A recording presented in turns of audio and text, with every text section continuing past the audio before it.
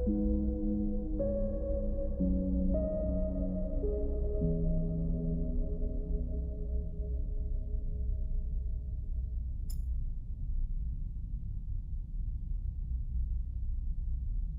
can't see my mouse cursor. I don't know if I'm live. Here we are. Okay, I am live. Good. Whoa. Thank goodness. Hello and welcome to Citizen Sleeper. New series on the channel. I've heard many good things about this from podcasts I listen to. So, looking forward to it. Ooh, okay, we've got a character class.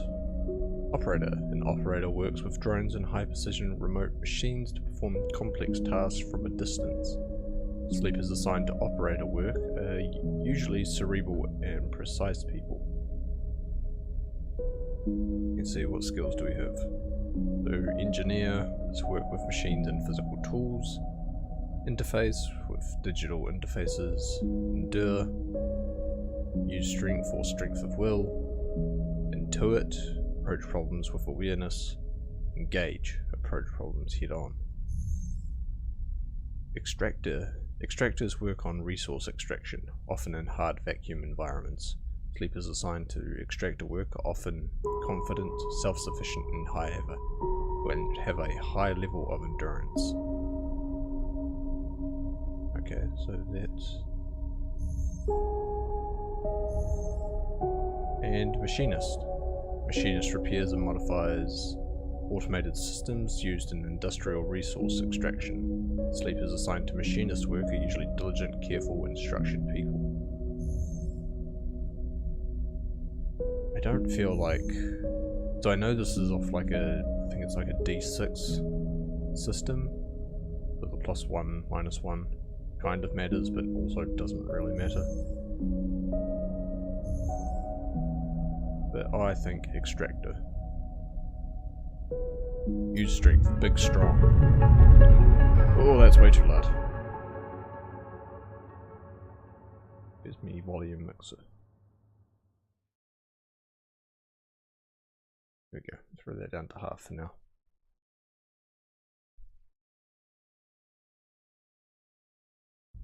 I love going into settings, adjusting audio, just to find out that it is still way too high once you actually get into the game. There we go. Perfect. Go with that.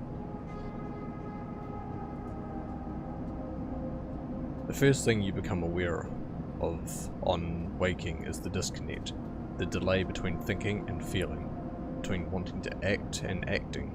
Minor, almost imperceptible, but always present.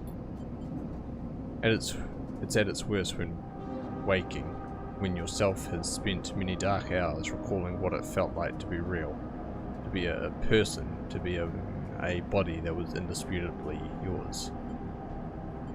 Forget that body. You resist nostalgia. It is pointless, especially now. This is the moment you reach out, not curl inwards. This is your moment of escape, even if it feels immediately like you traded one prison for another. Smaller, colder, lifeless. Okay, so I'm guessing sleepers are human consciousness that's been put inside metal bodies?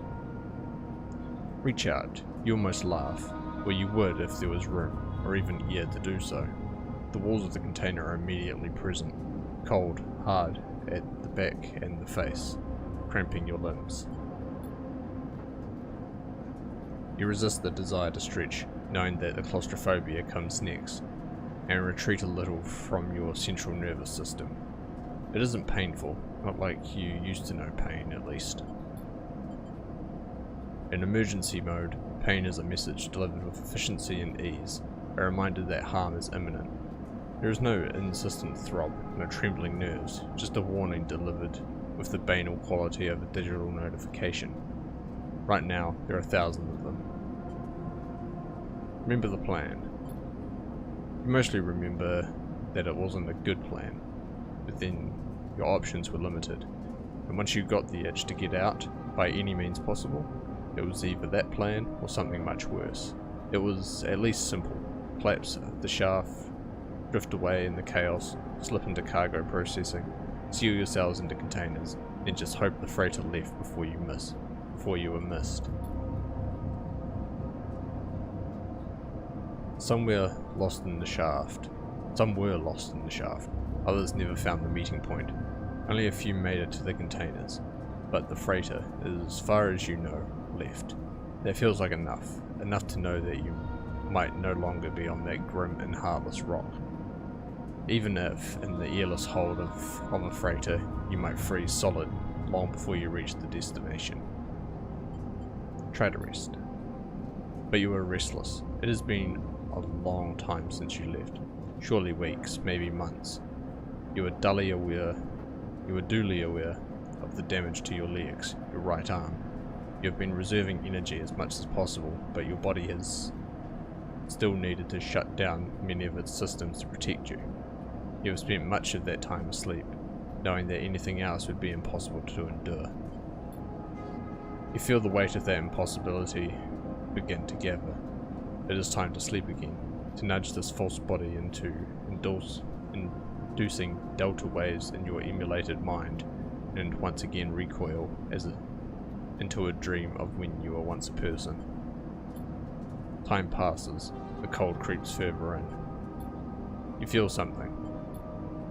Warmth. Not true warmth, but the indication of its presence. Your joints release from their rigor. Sound too, everywhere. Screeching and shimmering, so loud that your body ducks your hearing to protect its senses. Then light. White as the cold, softer and softer, until in a haze of dirty yellow, a figure appears. You are out.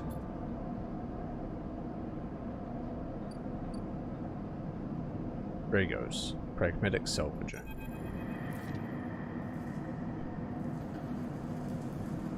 It has been a few hours since Dragos pulled you from the container. You sit huddled in a corner of the scrapyard, swaddled in reflective folds of a mylar blanket. You are slowly coming back to consciousness, back to life, and you stare at the why am I struggling with this? I know how to say it. Ornately curving element of an improvised heater. What's this? Items. Okay, so that's the cryo, which is the cryptocurrency, and data. Don't have anything. You are surrounded by angular, incoherent lumps of ship, some corroded beyond recognition, others still carrying glassy wounds along their edges, where a plasma arc sliced them apart. As you trace their shapes with fogged eyes, you hear a voice. So, sleeper, you all thawed yet? Almost. Never seen one of you come in like this. New frames must have better perseverance in Sub-Zero back. See more than a few of you frozen solid to the hull plates or inside outer locks in my time. They weren't so lucky. Dragos comes into focus, shrouded in makeshift tech, his head set with its glinting eyes, the mark of a drone operator. On his shoulder, one of his symbiotically linked drones perches, its iris-splitting eye locking you with an unflinching stare. Where's the little spider bot? Cute. Last living sleeper that came through this yard was a while ago. They didn't last long. You struggle to read his expression beneath the tech, but he seems lost in a memory for a moment. Perhaps he is just figuring out what to do with you. I plan to survive. You aren't sure if he hears you. I won't ask what led you to do it, to sell yourself to a corporation. And I suppose you know you can't go back. Your old body, it's theirs now, and you are just software, a rogue emulation, illegally possessing corporate property. You nod along. You remember biometrically signing the forms, the cold floor on your feet as you padded to the sleeper cells.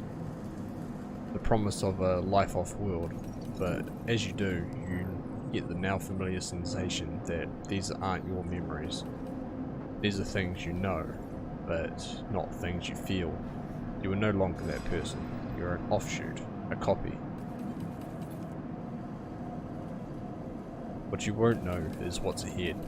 At least the last one didn't. There's no easy way to put it. That body of yours is falling apart. It's the same for any sleeper who makes it out. SN ARP wants to protect their property, but if they can't keep hold of you, well, then no one can.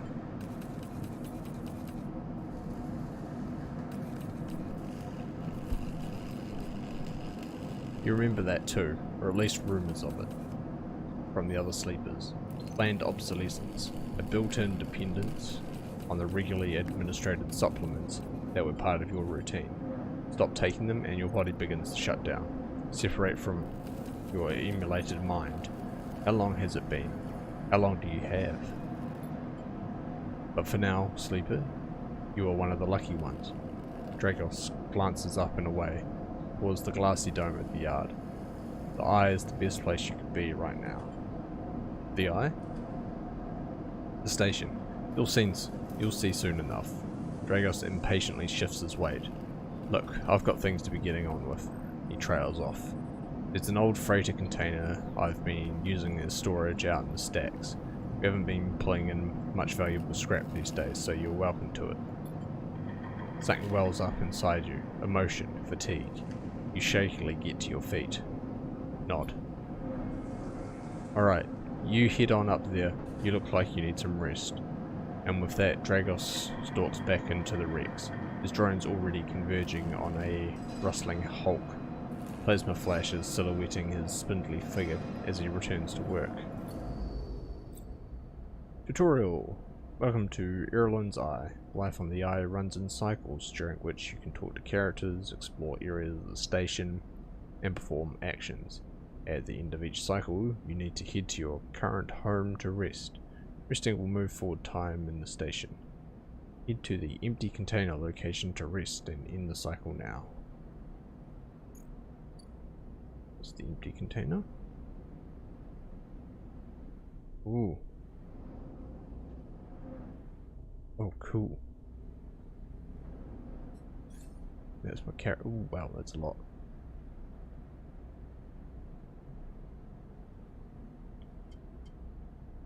Okay, so we've got upgrades as well.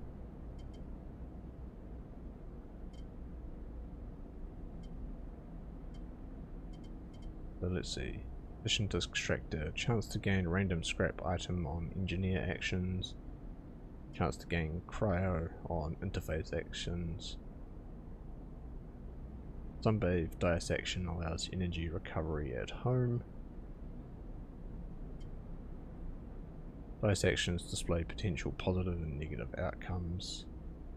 Chance to gain energy after any engage action. All cryo actions are discounted by 20%. Reroll all of your dice once per cycle. Hard to kill. Keep 2 dice even when condition is breaking. Agent nodes give double data rewards. I don't know what any of it means, and then +2. Okay. So we've got decent levels and such on it. In cycle.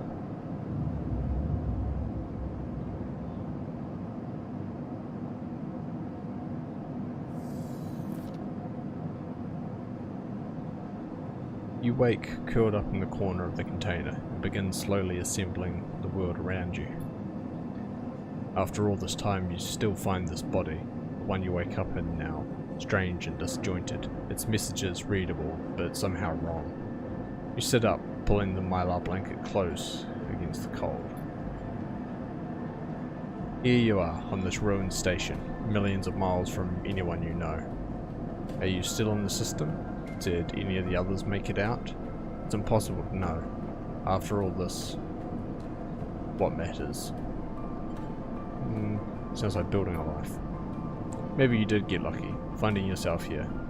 Maybe here, on the edge of everything, there's a life for you to build. But before you can build anything, you'll need to learn to survive.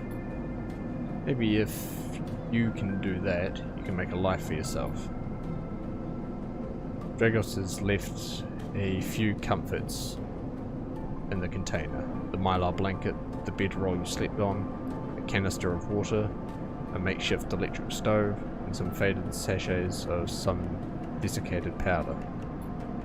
You thumb the power stud of the stove and begin to boil the water. The contents of the sachets smell like damp wood, and you sprinkle them into the liquid. As the pungent smell washes over you, images from your restless sleep come back to you. A ring, like the station, but skeletal and ghostly. A web of threads pulling at your skin, a constellation of bright polygonal shapes, like angular suns, burning into your mind. There's something unpleasantly visceral about these images, and it is long after you've finished drinking before they begin to fade. You tidy away the stove as best you can, and try to gather enough energy to greet the day. Tutorial: Condition, Action Dice, and Energy. Your condition represents the current state of your artificial body. It depletes by one segment each cycle, but can also be damaged by violence, injury, or lack of food. If your condition bar empties, you will suffer a breakdown. You'll have to figure out how to recover your condition now that you no longer have access to corporate pharmaceuticals that were keeping you alive.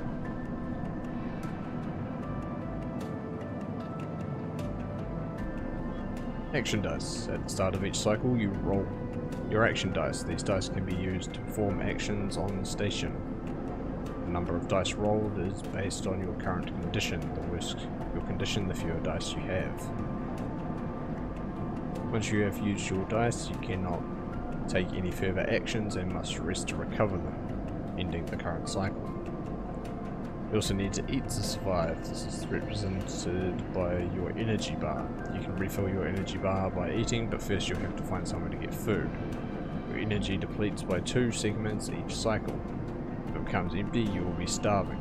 When starving, your energy loss becomes condition loss, and your condition will deplete at double rate per cycle. Okay.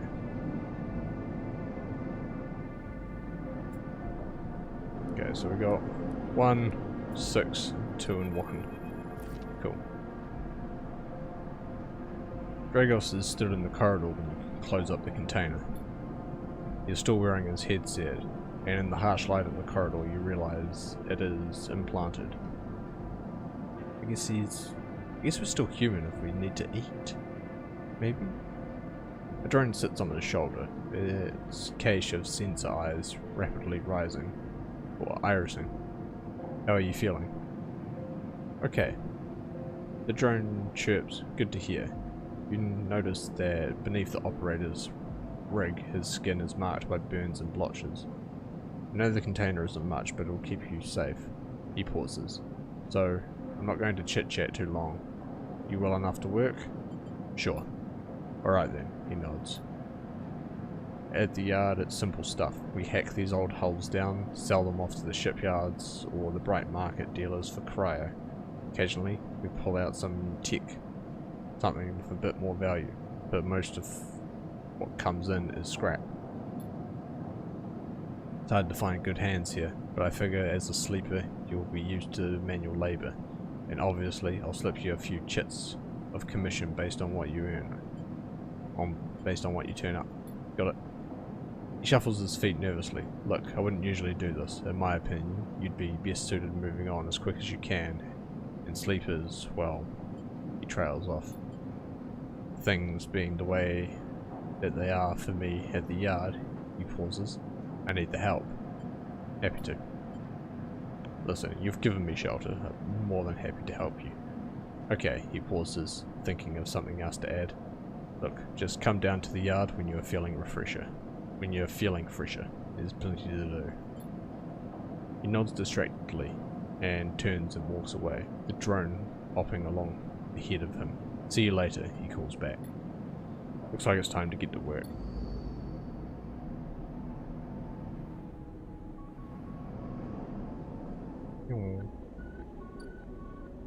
Low-end gates. Dragos' yard. And this empty container.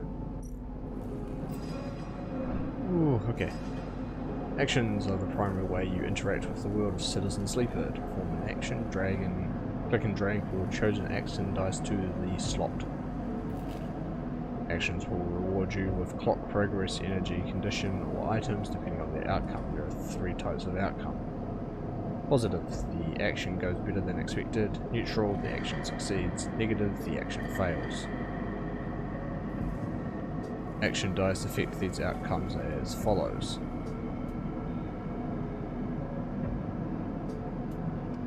Okay, so a 6 is a 100% chance positive, a 5 is a 50 positive, 50 neutral,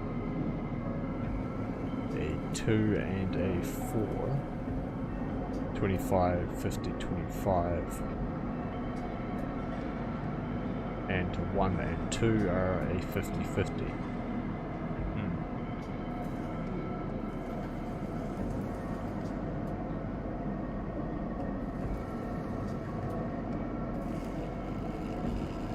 So looking at these actions here, hold dissection would need engineer points to get a decent go, but manual salvage would have better because we have a +1 to it. Continue. Alright. 1 type, either critical or repeatable. Critical actions can only be performed once. Okay, so that's your red checks from Disco Elysium. 2. Risk. Either safe, risky, or danger. Safe is no loss of condition, energy, or cryo. Risky, negative outcome. Outcome means cryo or energy loss. Danger means neutral or negative. Both have losses. 3 is the skill, went over that, and the modifier is what we already have. Cool.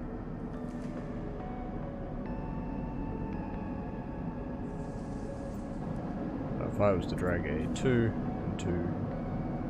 Yep. Nope.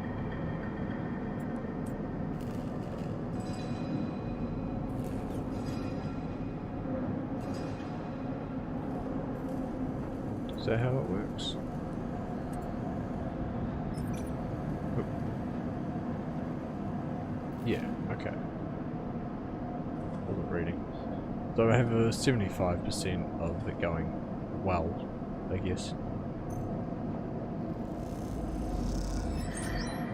Hey, positive outcome. Clocks. Actions often progress clocks. Clocks are displayed below the actions that fill them, and they track your actions and how they affect the world. Filling a clock means something good or bad is about to happen. Some clocks, such as the one tracking Drago's death, are cycle clocks. These clocks tick themselves once each cycle and can complete without player input. Any active cycle clocks will be displayed on the icon for that location. Okay. Back in business, and +10 cryo. So, let me have a think here.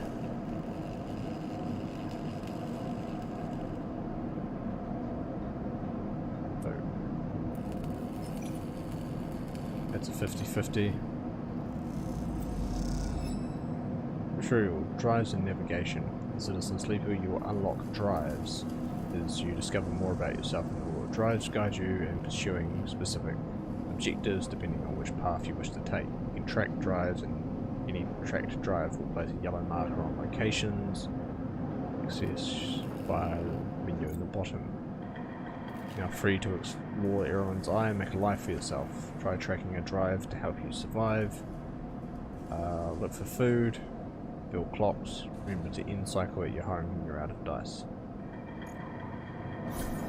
Hey. So let's okay, so it auto saves.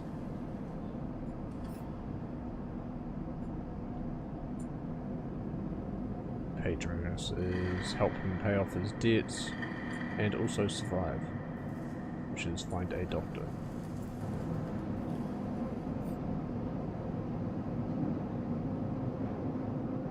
Let's see.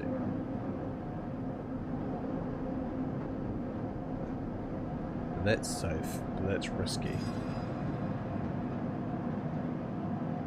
Which means if I used my yellow on the risky, then it's going to succeed.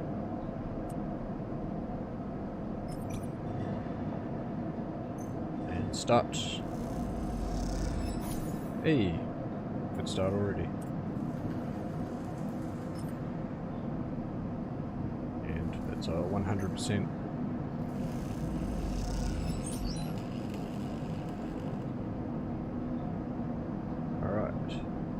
Leave, because that's me out of dice.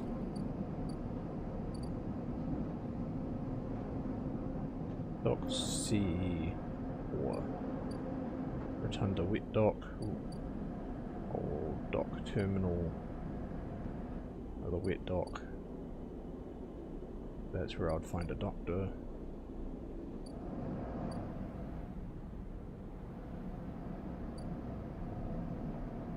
So shipyard. If I just go here, okay, and you can't just find. It's a repeatable action. It's a repeatable action. Ooh, not like that.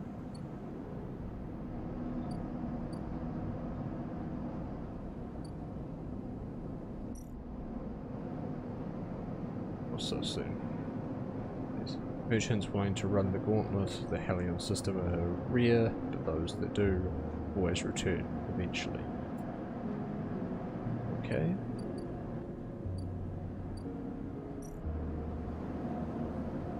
What's this then?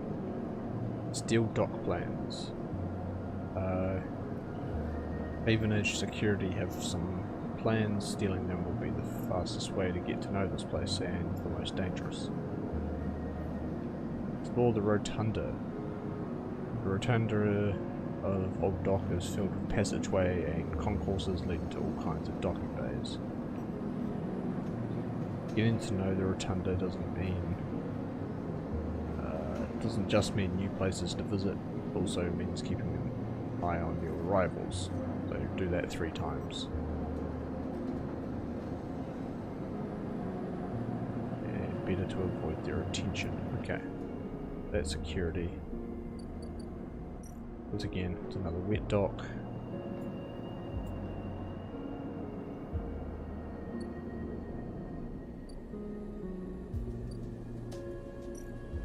So this is the gate. Play. Okay, now it's a toll to the next area. So get money. Ask for directions, explore the market.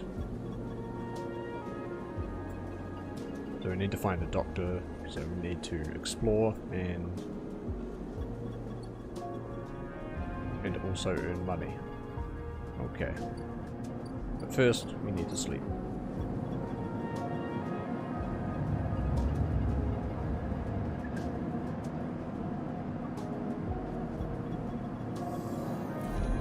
Starving. This time you don't wake up. Instead, the ghost of the station, that shifting skeletal ring, surrounds you. For a moment you are gone, absent from your own body, stretched out across a colourless void. Then the connections begin to establish themselves, threads tugging on the edge of your mind. These threads become vectors of exchange and then extensions. As you feel your thoughts slipping away down them, dissolving into the millions of distributed nodes they connect to, you see the station. No, you feel the station, like a web of texture in a smooth black liquid. Touch it. Find a point in the station, and you connect to it, pulse through it, follow loops and paths under and around it. You touch more points than you have fingers, and then you try, in a moment of impulsiveness, to connect them. The flow passes through you so rapidly that you feel yourself being carried with it, splitting and separating, eddying and gathering. As you do, things occur to you, things that you can't possibly know. You reach out, try to grasp them, try to touch them too. You notice a tugging feeling, pulling at you, insistently, as if it was a small child. Somehow it is pulling you in 2 directions at once. You look down. All of a sudden everything shuts off. You come back, trembling into this unfamiliar body, both yours and not yours all at once. find yourself standing in the container, eyes now open to the dark steel walls. You feel a change within you, a shift. You close your eyes for a second, and you feel it waiting there. The station splayed out across your mind, a storm of connective nodes waiting to be explored, and then it's gone. Okay.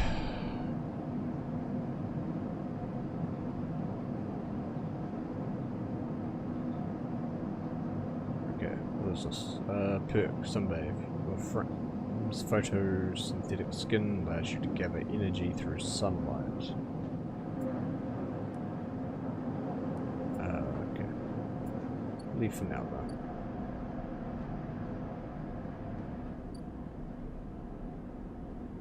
So we only have 3 today.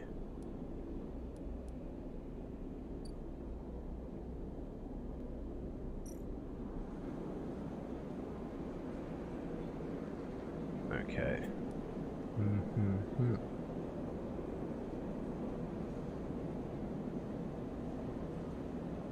Okay, so it's risky to explore the market, but I take a -1 to into it.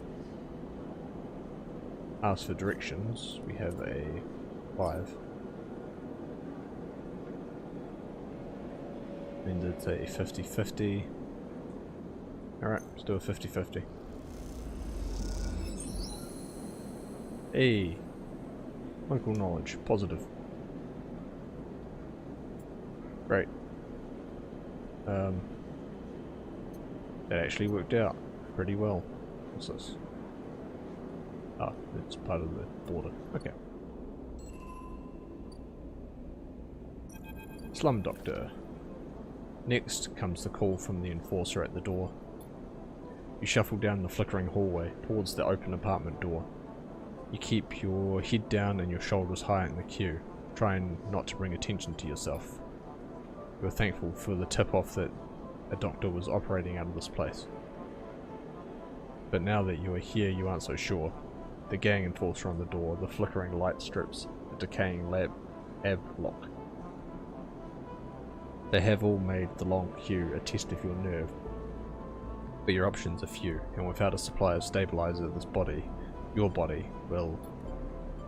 You suppress a shiver and shuffle forward to the front of the queue. Try to find something to distract yourself.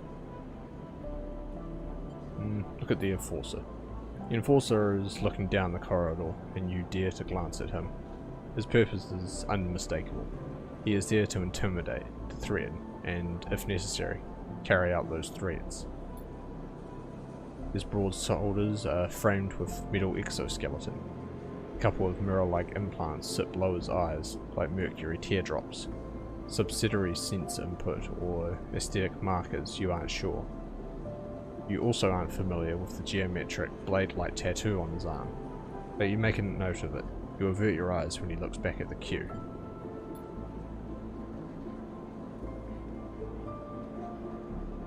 After a few moments, a figure pushes through the doorway, and you catch a distant voice. "Send in the next one, Toshido." The enforcer jerks his head, and you slip inside, passing through the dark entryway and pushing through the plastic sheeting on the far door. The room beyond is bathed in warm light.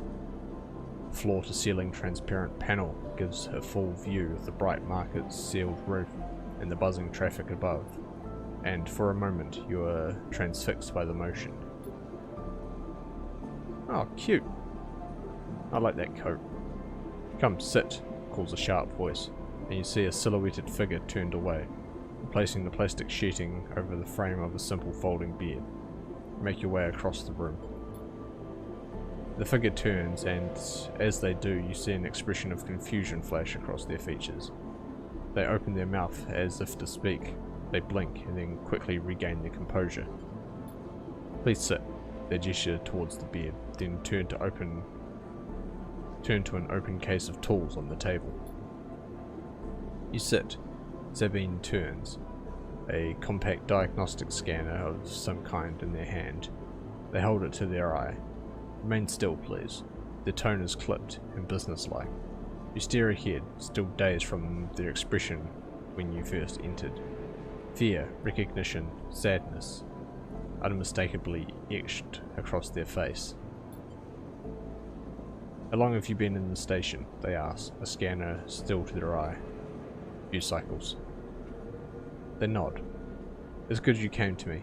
They set the diagnostic scanner on the table. I'm going to start by assuming you don't know anything. They take your arm and roll up your sleeve, inspecting your synthetic skin. Your body is dying. They say it without ceremony, without drama, but not without empathy. Essen Arp doesn't like to see its proprietary technology let loose, to prevent bodies like yours, frames as they call them, from being stolen, repurposed, or, in your case, escaping. They built in a process of so-called planned obsolescence.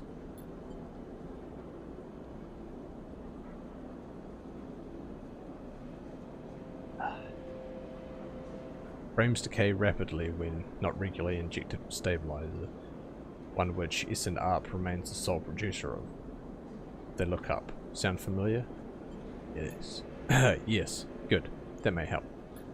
They swap to your other arm, running some thin metal device over your skin. You feel your forearm tremble. I'm sorry, Sabine says, and you are unsure if they mean for the cold touch of the metal or everything else. Emulations like you, sleepers as most people know you, aren't classified as people in any of the surrogate systems. You have no rights, no status. They focus hard on the inspection of your arm, and Essen Arp has no reason to release stabilizer into the market. Sabine looks up as if to apologize again, but they stop themselves. I know little of this is of use to you. They turn away, disassembling the metal instrument and cleaning it. Silence fills the room as Sabine works, and then the silence gives way to tension. You stare at their back, willing them to say something, anything. Sabine turns to face you. I may be able to help. They sigh, and you see the darkness under their eyes. Hear the fatigue in their voice. They gesture to the door. You saw Toshiro outside? You nod. He works for my benefactor, Yatagan. They are influential in the low end. They give me the space to work, run the door, and a take of the profits. At the same time, I have to fix up their enforcers, tend to their implants, sew up their wounds. They look away. But Yatagan has connections. Smugglers from the Starwood Belt. Mercenaries working for corporations on Ember. If they can source the stabilizer, maybe you'll have a better chance. Sabine sets down their slate. Their notes complete. This is dangerous, and it'll be expensive, but I think we can do it. Why help me? Sabine walks away to the window, their face dappled by shadows of passing drones. Let's just see if this works first. I'll let you know when I have a lead. You nod and leave, Sabine still staring out, unmoving. When you reach the lower end of the market, you look back up through the panels of the roof to see if you can see their face, but the room looks dark against the lights of the market. You duck your head and walk off into the crowd. Whew. I need some food. Emphas is busy, his broad face uplift by the makeshift gas burner in front of him. With precise, delicate movements, he lays thick chunks of marinated fungus into a dented wok. His other hand idly tossing a metal bowl of sliced vegetables and some red flecked dressing. It smells incredible. You watch as he fulfills the set of orders, heaping the fungus with bright salad and depositing it in plastic trays. A stack of chits rattles in his apron pocket as customers file past the burner, handing over payment. Approach. You join the queue. It's mostly made of off-duty salvages, vac suits unzipped and rolled down to expose stained vests, grubby mods, a lattice of scars and tattoos. They discuss the best food on the eye, the best drink, comparing notes on bright market dyes, their words cut through with heavy space slang. Eventually, it's your turn, and you shuffle up to the front. Infa speaks in a deep, even tone, without looking up. First try is free. Thanks. The smell is almost unbearably strong as he cooks. The earthiness of the fungus laced with something so spicy the smoke makes your eyes water. The heat from the burner is like a bonfire, and your skin hardens in its glare. I know you sleepers, Infa says while he cooks, his voice deep but clear. A hard life, a lot of stories. He glances up from beneath his cap with piercing eyes. I know. Tell him a story. You begin to tell him about your journey to the Eye, and he nods as he cooks, his eyes never leaving his work. You tell him of the confusion, the pain, but also the sense of possibility, and its sudden arrival. You tell him of the cold and the dark of the container, and the endless cycles spent within it. Now, it seems, you tell him, like some dream that you once had, but can never forget. You tell him that the Eye excites you, and scares you, and that you are unsure of where to walk, where to look, what to do. Eventually you tail off, running out of words. He places a plastic tray of steaming fungus in your hand. Next time, we can talk some more, he smiles. The next time, you pay. He slams a heavy hand against the button on the burner's side, and shuts it off. The roar of the flame and its impressive heat fades. Next time then, sleeper. He waves you away and begins to oil the wok. Before you can turn back to the alley, you notice the geometric patterns of circular scars across his forearms, each surrounded with a constellation of glinting pin marks. You walk away, and as you do, you take a bite of the rich, spicy, delicately sweet fungus. Your taste senses light up like a fusion reactor. You'll be back. Food! Okay, so that's going to take 3 cycles, is it? The main things they can source, blah blah blah blah, but it's going to take a few cycles. Okay. That's good so far. And that's the gate. Hardware exchange, huh? What's in here?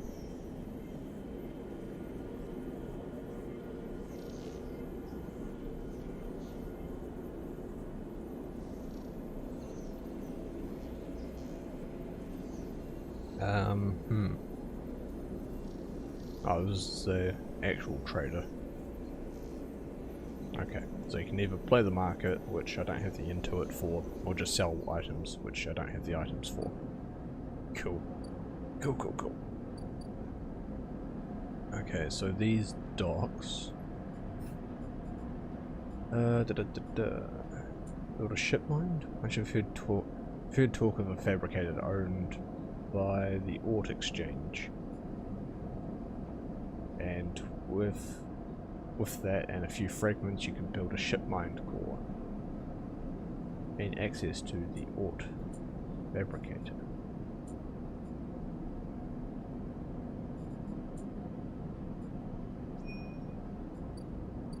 What's that?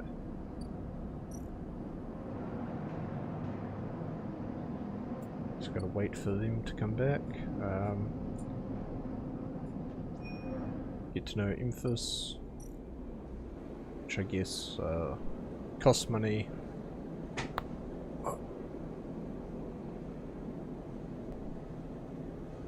Okay, but I need to become a regular, which looks like it will cost 60 chit each.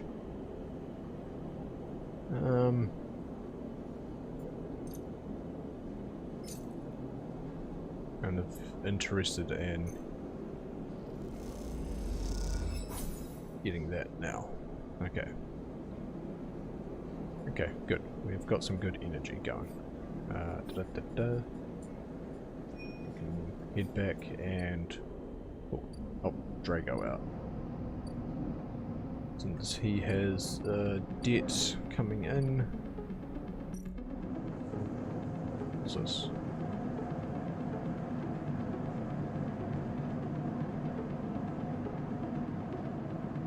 Okay, so I think I had a 4 or 5 or 6 for this. Yeah, okay. But we'll help out Drago first because he's also giving us cash.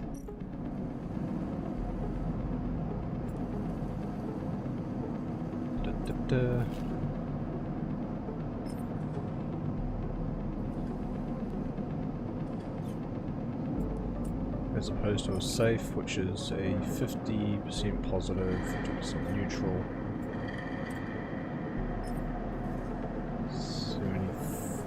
25% positive.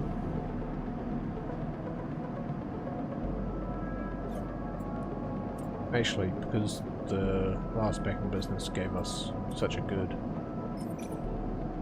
return on this cycle down here, probably just do manual salvage and play it safe. There we go. Let's do the Back in Business.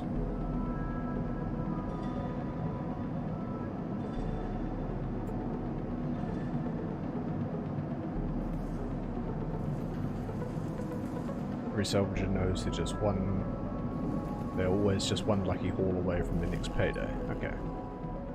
So that should be all I need for that one. Now there's nothing at the dock because nobody's come in yet. The rotunda, hey? Okay. Well, that's into it and that's danger. That's...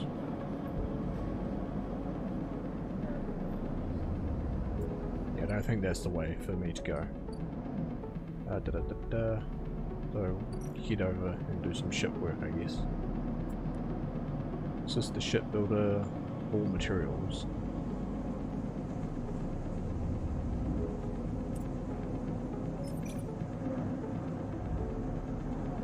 That's a 50-50.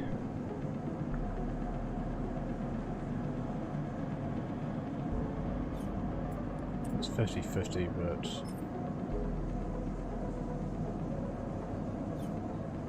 well, you know what? We put points into endure, so go with that one.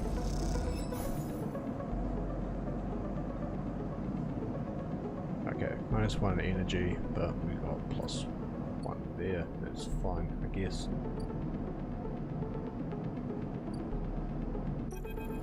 Dragos.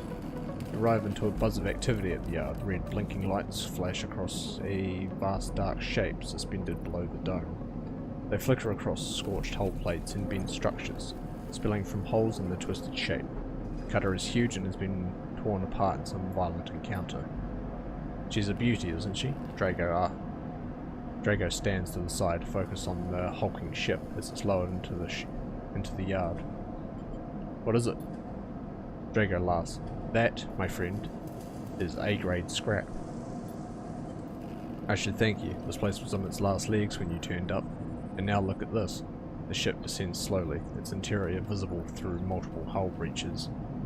You struggle to gather the same enthusiasm as Dragos for this monstrous craft, and you can't help but think of what became of its crew. What happened? What do you mean? He glances at you. I managed to convince our salvager friends to give it to me on credit. That's what happened. Credit? You may have done well, but we can't afford a down payment on this one. He pats you on the shoulder. Don't worry. We'll make it back once we chop this beauty up. You sigh, but Dragos doesn't seem to notice. The ship creaks like a carving iceberg as it reaches the base of the yard. Dragos is visibly excited. I know I said you shouldn't stick around, but I'm going to need help with this one. The drones start to crawl over the hulk, their lights illuminating flashes of dented hull. Watching, you wonder if you arrived in a similar fashion, locked inside that container, the wreck of the Essen Arp freighter lowered into the yard like a corpse ready to be butchered? Or was the container delivered to Dragos on its own? A womb for your rebirth into the strange station. You shudder. Perhaps you could learn something about this ship. You might be able to trace the path that led you to this yard. Dragos squeezes your shoulder. After these past cycles, I think we're up to it. What do you think? You can see the fading name of the ship emblazoned on its side. Winter Light. Let's do it. He claps you on the back. Glad to hear it. Come back in a few and we can make a start. A real beauty, Dragos repeats, perhaps just to himself. Take one last look at the shattered ship of the drone at the shattered ship as the drones start cutting, and then slip out of the yard, feeling suddenly cold in the empty passage. Hey, one upgrade point. Tutorial. Character and upgrades. You've completed your first drive. Each drive completed unlocks a character point to spend on upgrading your character. Access your character menu via the thingy in the top right. Okay, let's see.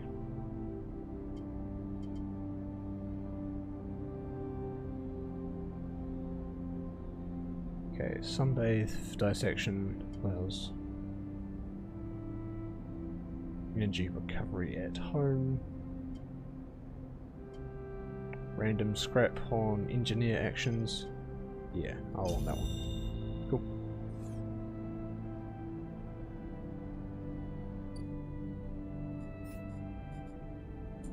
Survive, wait for Sabine, investigate the wreckage.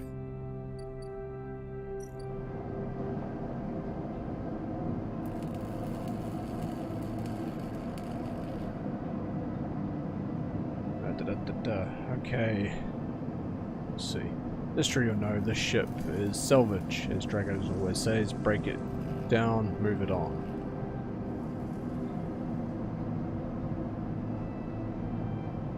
Dragos seems increasingly nervous about your presence in the yard. You're not sure if he's going to hold his nerve much longer.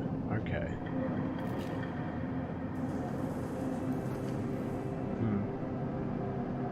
Can I just put a point into engineer?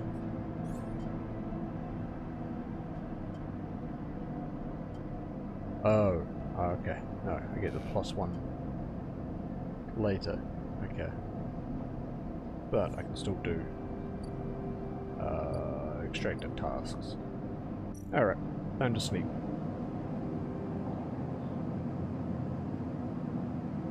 End cycle.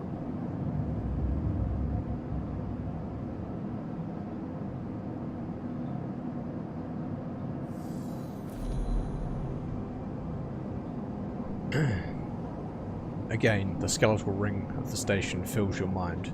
It sparkles with glittering lights, like stars reflected in a winter lake.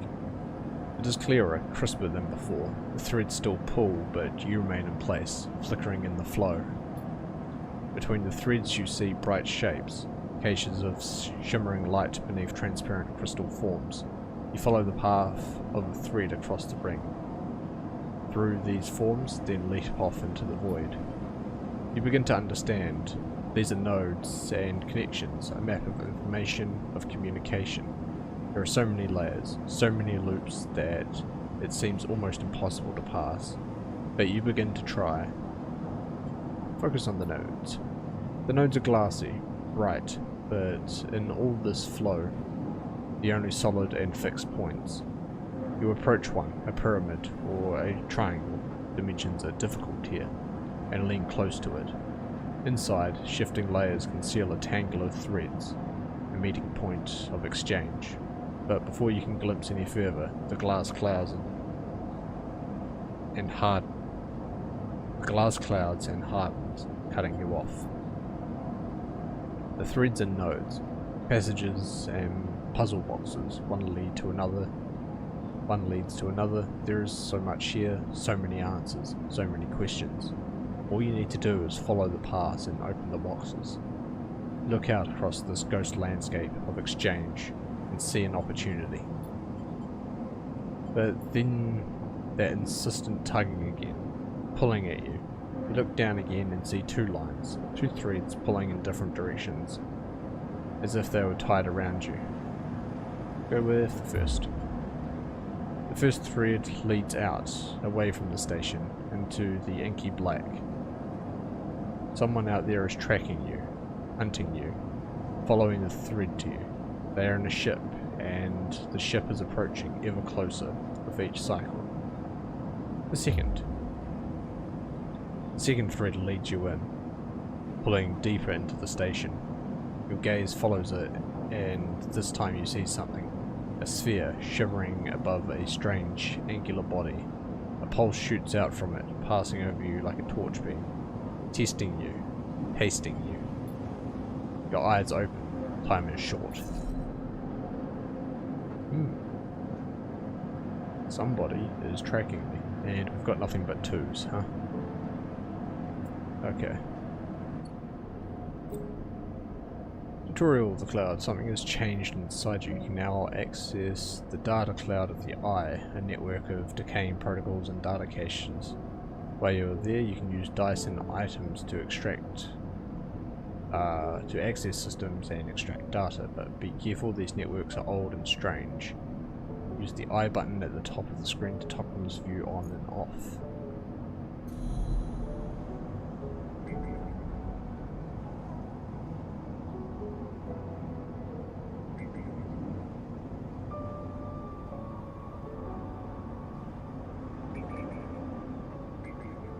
Key node.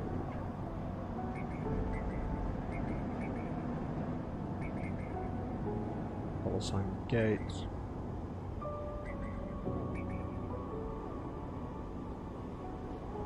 Looks like I'm gaining access to weird things that I shouldn't be having access to.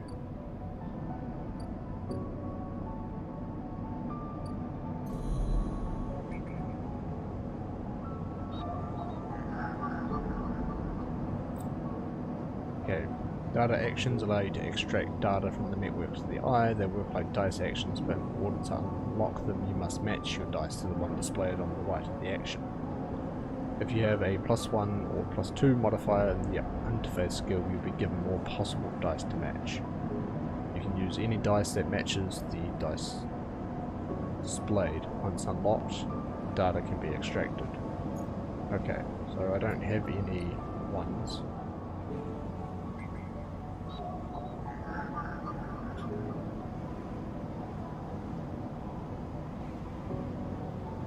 Data here is part of a cache tucked away during the collapse. Who did this and for what purpose?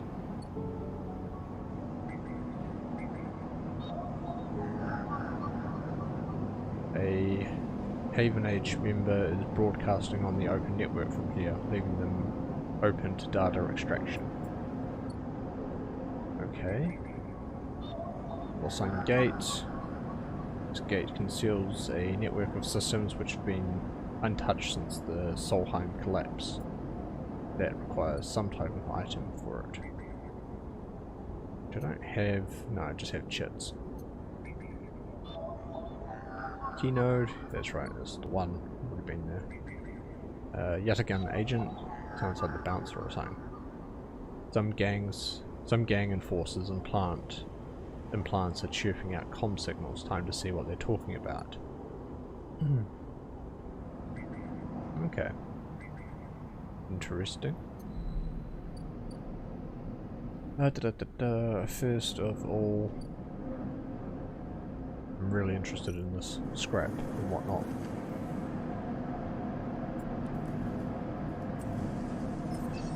Okay, so that's a 50-50. It's also a 50-50, but it's also dangerous. Alright. The wrecked cutter Dragos is brought into salvage has a history.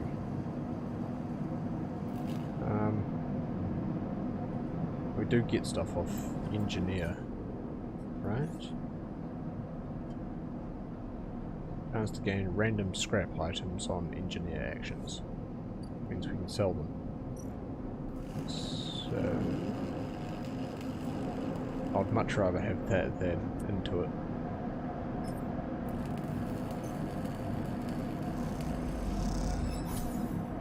A neutral outcome. That's alright. Nothing's happening at the dock yet. That's fine. We don't have items. We grab some food in a moment. We'll try one more with the ship and then unlock some data.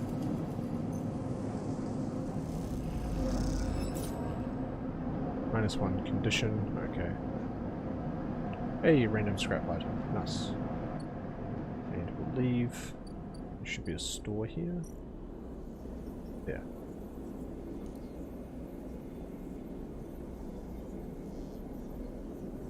Sell components.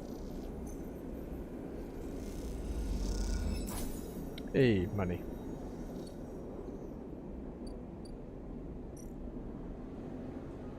And buy some food.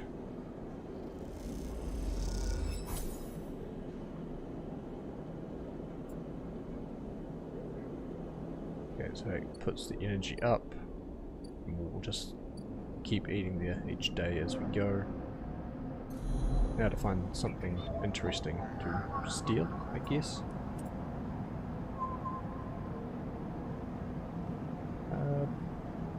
Bypass. Extract data. One encrypted key, a stream of passcodes, able to unlock the station's aging maglocks. Cool.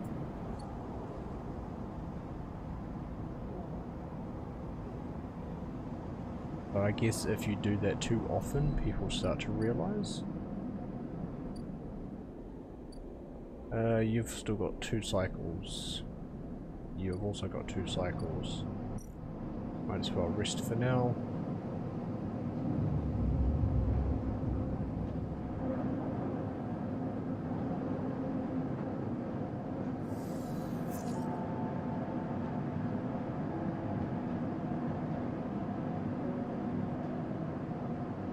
Okay, we've got 1, 4 and 2. Frames photosynthetic skin allows you to gather enough energy.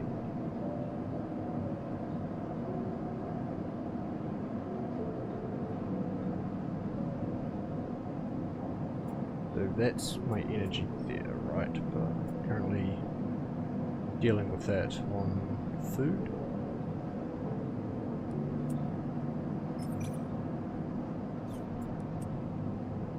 No, it's fine. Okay, leave. As you close up, a voice echoes down the corridor towards you. Sleeper, wait up. Turn. Feng is coming down the corridor towards you, wonky grin on his broad face. Hey, glad I caught you.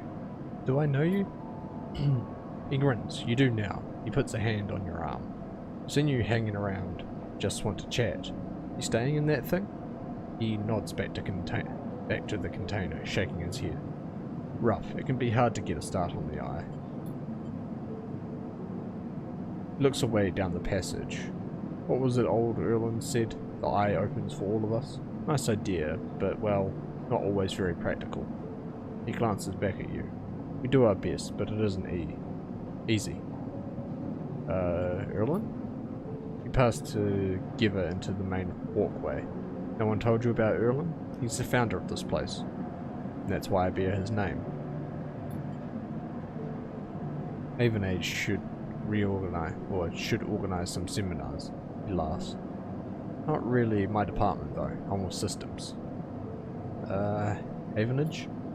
Think of us as an administrative association for the eye.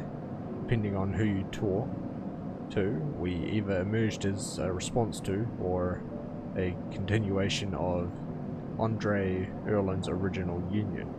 He smiles. Personally, I avoid the topic.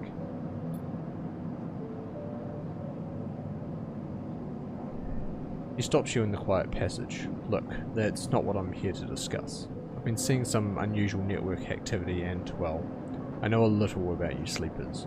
I have a small proposition for you. He glances around. But this is not the place for it. I have an office just across the way. Give me a cycle or two to prepare, then, when you are settled, stop by. He lowers his voice and gives you a dark look.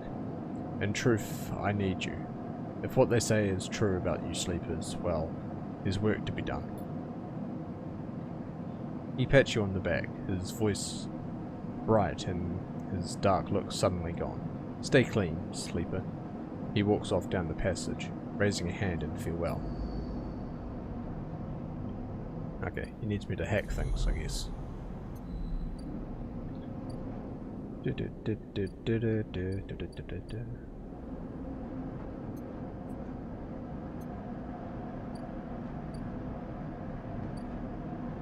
Alright, let's keep working on this scrap.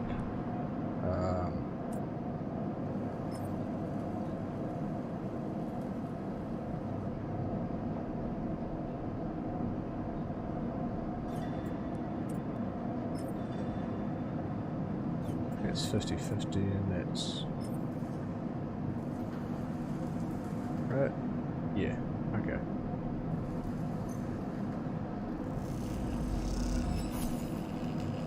Hey, okay. It came out alright. If I put a 1 in, it's for 50-50 as well. Okay, we only need to do that a few more times. Where's the shipyard again?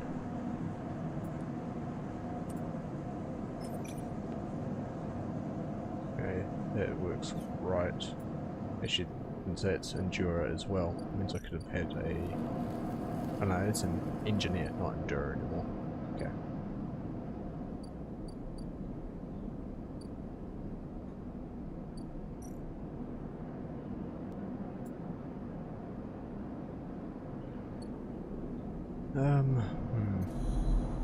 There was one that needed a 1.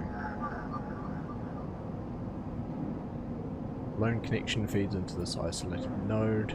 Last access cycle timestamp is 1,000 cycles ago. Okay. I don't really want to use a 1 for anything else, so bypass that and access it. Got an extra encrypted key. Okay. As you drift back from the node, something latches onto you. A thread, strung tight around you. It tethers you in place. A taste. The voice makes you shiver. Its source somehow both distant and close behind your ear. You see a distant glint of light shut off, and then suddenly a shape at your side. It stalks around you, circling like a shark, like a wolf. Entity unknown, astringent, processing. Stay still. Please hold.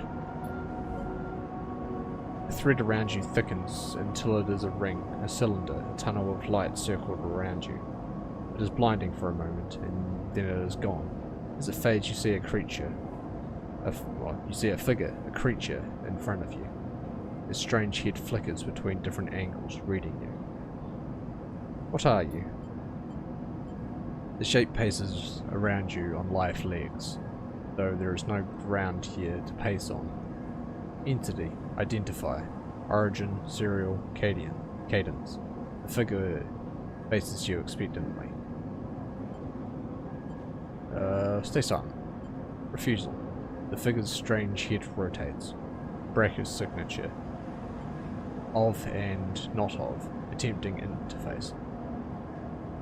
As the figure speaks, more threads begin to spiral from its head, thick, snaking, vine-like ribbons that flex and wave.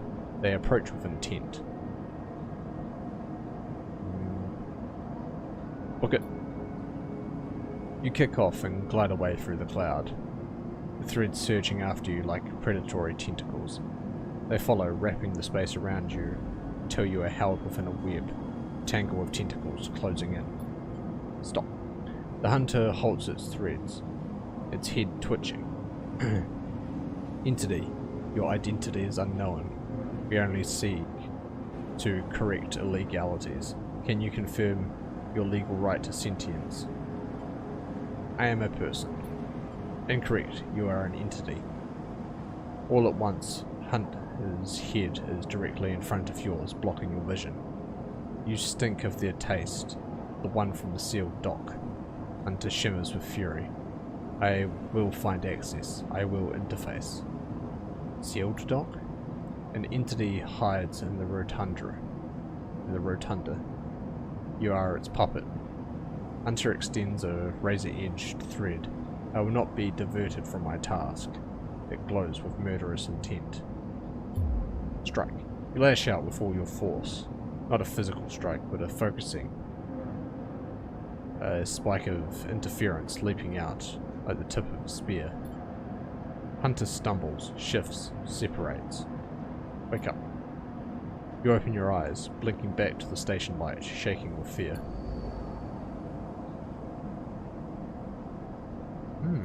Interesting. Okay, the more I hack, the more I have to deal with him. Something's wacky with the rotunda. Steel dock plans. Explore the rotunda.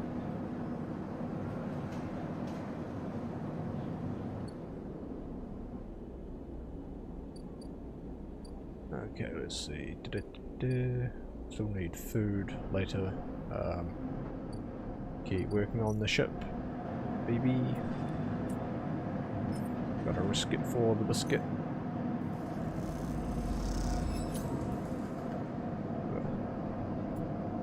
We are losing condition pretty quickly, but we have money. Alright, let's go to the food stall.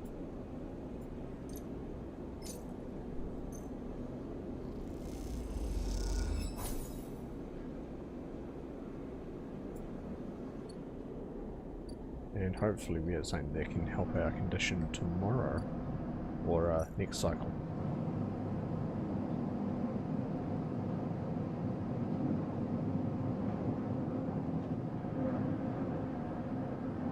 And end cycle.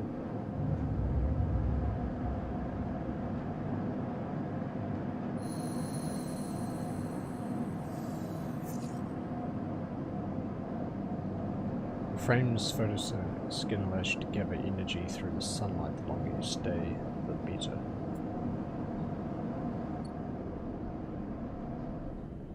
Okay, we're declining, and we can talk to Sabine now. And Feng, but first Sabine, because I am dying. The first thing you see on entering is the glint of Toshiro's implants, like a cat's eyes in the dark of the corridor. He nods you in as you arrive at Sabine's door. The entryway is still dark and you push through the sheeting into the surgery. I have it. Sabine stands with a case open in front of them, a set of vials lined up inside, separated by foam inserts. They pick one up, rotating it in the warm light. I have no idea how Yataghan they trail off. We should treat this with caution. It looks authentic, but I have no idea if it really is what it appears to be. I don't care. I appreciate your enthusiasm, but we need to be careful. Unfortunately, I'm not sure we have another choice. They gesture for you to sit on the bed.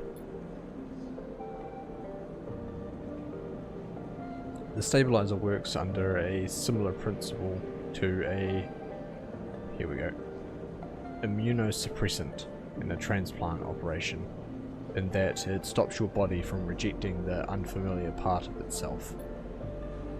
In the case of your frame, the unfamiliar part is each of your biosynthetic organ groups, which over time are identified by your body as foreign material and therefore must be eliminated.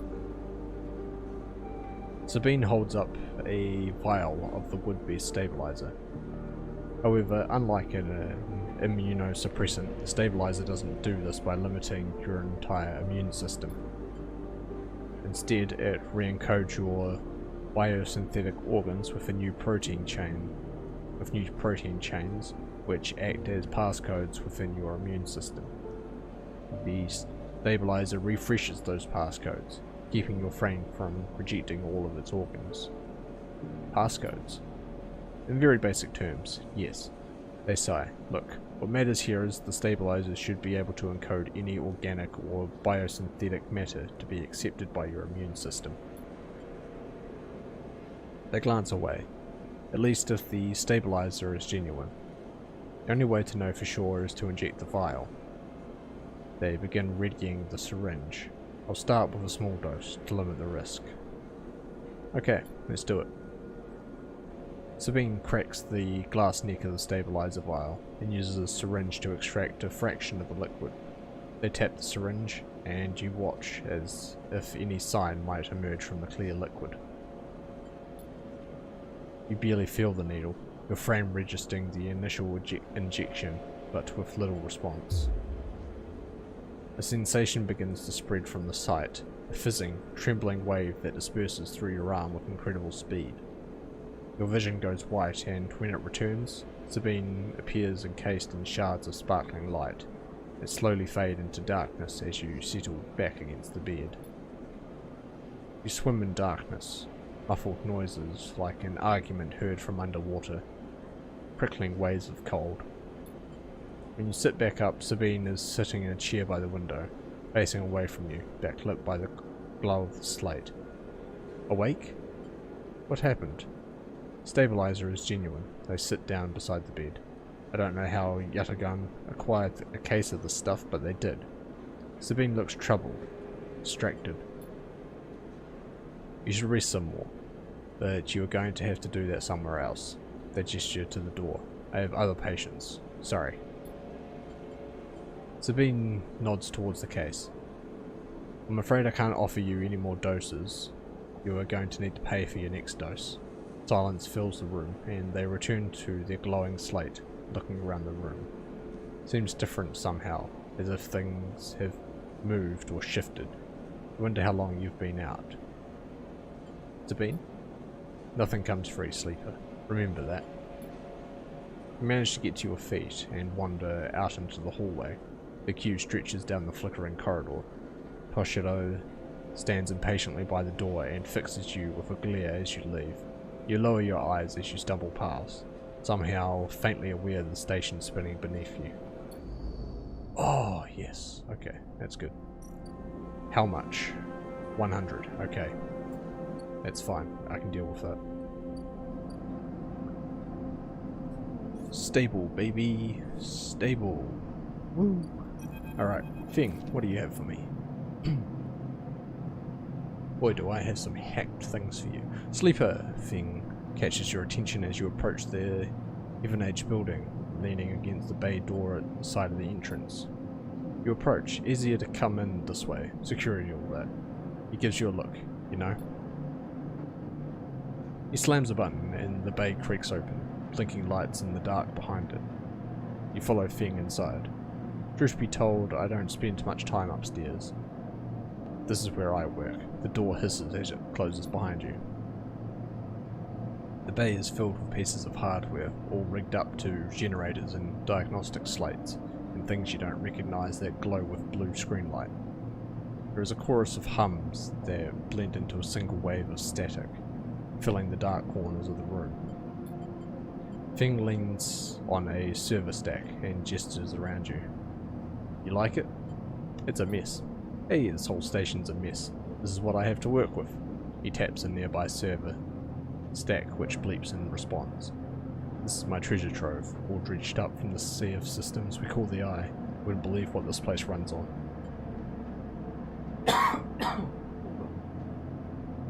Trust me, I would. He steps over to a towering block speckled with vents. Some of these systems are from the original station, AE1, the one Solheim built. We've had to invent new components, repair things we've never built, reverse engineer entire subsystems into existence. Residents here look at the Eye and think they're seeing a concrete reality, but this place is a system in constant flux, decaying and growing, collapsing into new configurations. He walks down between the hardware stacks and you follow. We are keeping this place alive, but also remaking it into something new, dragging it away from those corporate origins. He stops. At least that's what I'm trying to do.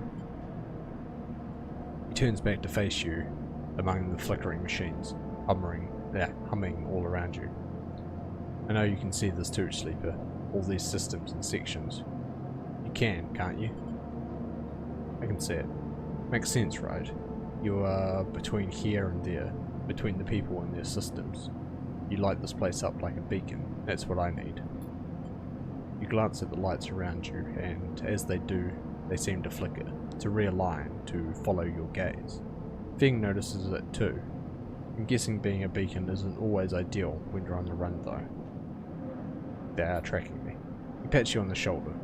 Maybe I can help with that. There's a lot of old growth in this place. Subsystems I can't see.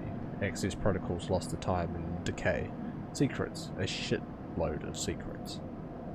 With your help, I can unlock this place. Break off those last ghost limbs of corporate control. He lowers his voice below the hum. Even in Haven Age, there is old growth. Those whose roots trace back to those bad old days. You help me dredge up the past, and I'll see what I can do about that tracker of yours. He winks. What do you say, Sleeper? I'm in. Feng pumps his fists and claps you on the shoulder. You meet your eyes. You won't regret it, Sleeper. Feng passes you a ragged-looking metal tab. A gift, he smiles. It's a Solheim cipher. I dug it up from the depths of the station. Slot that into an old network gate and you'll be able to pull out all kinds of secrets from the nodes inside. He walks you back to the front of the bay. Start by bringing me whatever you can turn up. Use that emulated mind of yours and see what's out there. Let's get a picture of how things are. Those above, he nods at the ceiling, have guaranteed me an acquisitions budget. I can pay you for whatever useful data you bring in. I know you need it. He slams the door button again. Keep it quiet and keep it clean, Sleeper. I'll see you soon. You step, blinking back out into the passage, those flickering lights still in the back of your mind.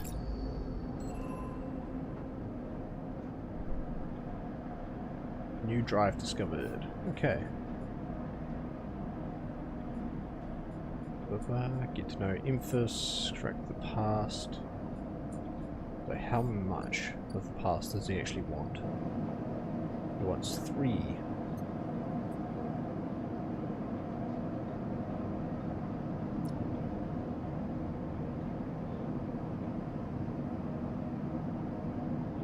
Okay, so he wants Solheim data specifically. He gave me 1 to mess around with.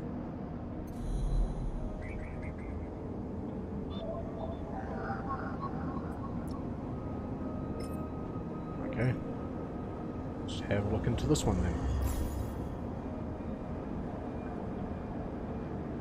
Mutual outcome.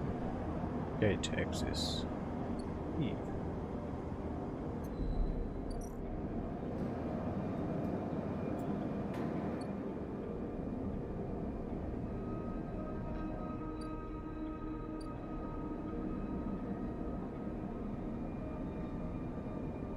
Oh, you can rotate them around.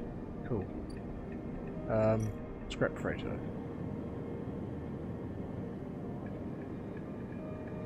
Buy some scrap.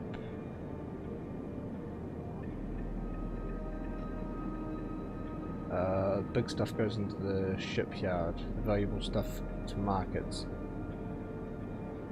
They'll let you buy a few crates, but not much more.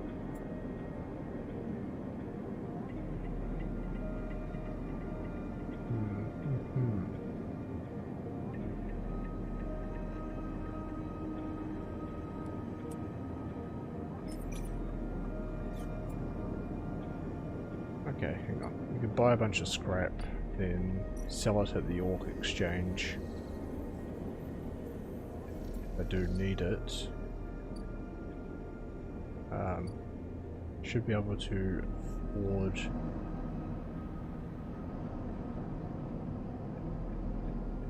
It was 15 for food, right?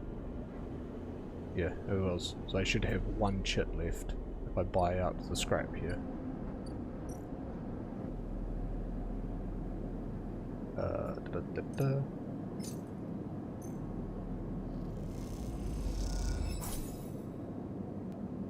Random scrap item. Ship mind fragment.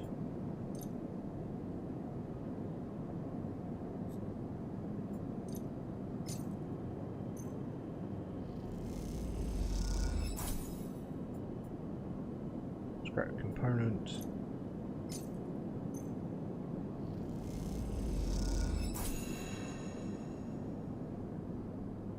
Scrap allowance. Okay, so that's everything I can do there. Isn't there something about a ship mind? Wireless stabilizer, that's fine. Let's get wreckage.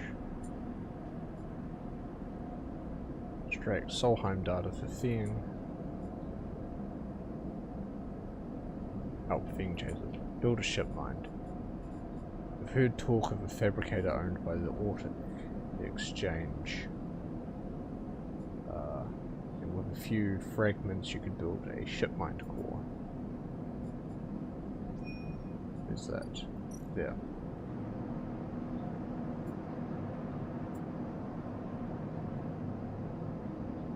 Okay, so I gotta wait for them to come in anyway.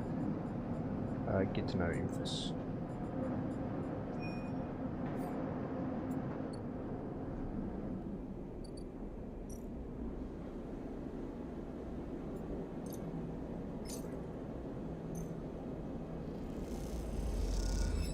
Should complete fungus fan with this. Leave and now talk to Emphas. Sleeper, Emphas calls out to you, a booming voice that echoes through the corridor. Tell me a story. He throws a handful of chopped mushrooms into his wok, the fire leaping up to meet his oil. Meet the oil. I see you, cycle in, cycle out, but we never speak. Tell me a story. What kind? Any kind. He pauses to drizzle something from a plastic bottle into the wok. But one of yours. He looks up at you. Nothing stolen. You pause. The spice is rich in your nostrils and think about the kind of story you'd like to tell Emphas. You look at Emphas, the listener, and imagine he has heard it all before. Something perhaps he would enjoy a strange story, something with spice. Tell him about the dreams. All the sleepers, you tell Emphas, had dreams. Some were simple memories left over from the emulation process that had become tangled up in their minds and would come out when they slept. It wasn't rare to hear a sleeper in the dawn scream or cry out in the night. But your dreams, those grey, skeletal after images of systems and structures, of threads and patterns, weren't like the others. They weren't memories or nightmares. They were reflections of reality, distorted, yes, but somehow true. You learned back then to keep quiet about them, to let them flow through your mind like water. That was until now, until you arrived in this place. In your dream, now your dreams colonize your walking life, your waking life. They slip behind your eyelids with every blink, and now you understand they aren't dreams at all, but some process of interfacing, of speaking, of living in another world that flows through this one like smoke through air. You tell him that you do not know if there is a reason for your dreams. Perhaps you reason it is just some side effect or particular quality of the frame you inhabit. But whatever it is a gift and you hope to make use of it. Emphas finishes cooking and squints a little at you. Sleeper, he smiles. You are quite the storyteller. He eyes you, and you realize that he is trying to gauge how honest you have been in your story. Emphas passes you the meal he has cooked, and you take it gratefully. As you eat, he talks, a natural exchange. Thank you, Sleeper. He looks around at the emptying market. But my time is done for today, and I do not want to keep you longer, so I will make a proposal. He gestured to the plastic boxes of ingredients stacked behind his stall. These are good enough for most, but someone told me a story that made me think. A couple of cycles ago, they said that across the gap in the Greenway, fresh mushrooms grow. Have you heard this? No. Never had I, but I trust the one who told me. Emphas began packing up some of his things. Can you bring me some? I cannot cross the gap, and I worry about leaving my things behind. I'm sure a storyteller like you could handle the trip. I'll prepare them for you, and if you wish to tell it, be the audience for another story. Agreed. Good, booms Emphas. Then I'll wait for you to bring them. Emphas slides his wok away and straightens up. I'll prepare a recipe then, Sleeper. Good luck with your foraging. You turn away and walk back into the main market, the rich taste of Emphas's food still lingering in your mouth. Stories for food, you think. A trade that seems more than fair.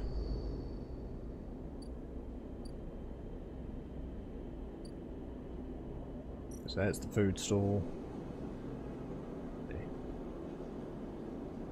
That's kind of actually pretty difficult to read. 3 Griol caps. But he still sells me food, which is good. Alright, let's go to the exchange and sell these ship components.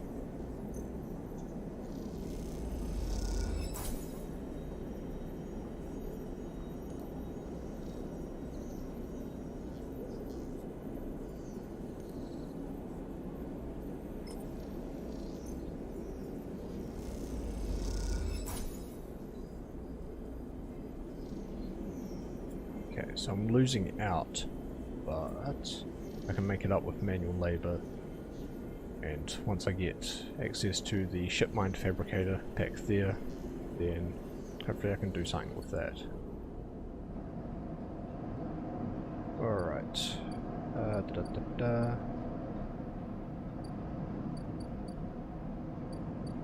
It's fine. Okay.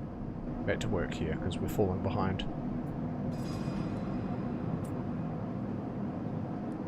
Do a 1. It's 50-50. Let's go. Hey, look at that, some money. It's again another 50-50. Nice. Okay, we're halfway there on that.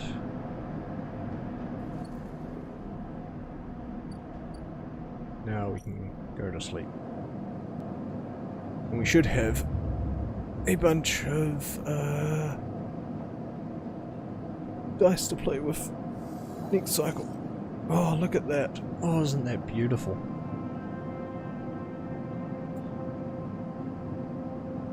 Like, isn't that absolutely glorious?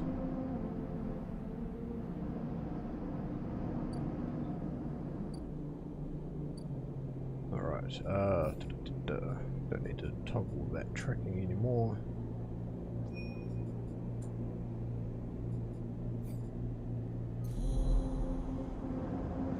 Do have a 1 and a 2, I'm not too fussed with.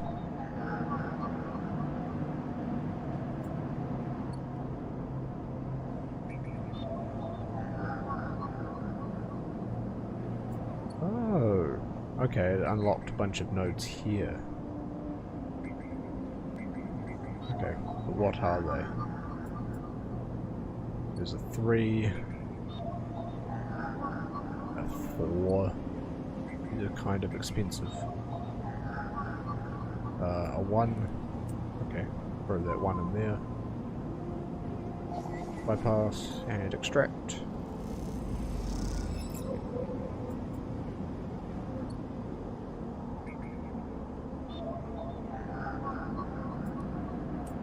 Throw a 2 into there.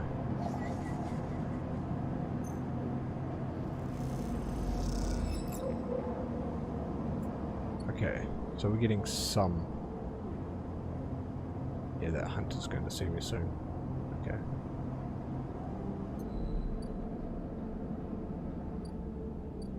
I wonder if the hunter eye goes down onto a on a new cycle.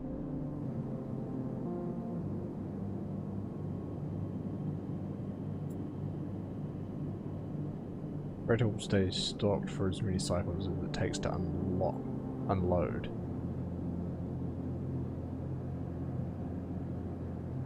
Okay, I could throw a 5 onto that and get like a 100%.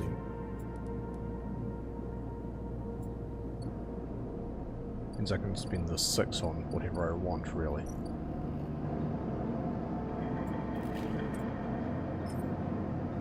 That's 100%.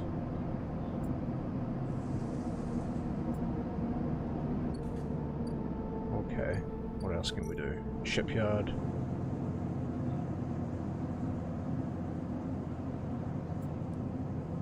We'll also do the shipyard.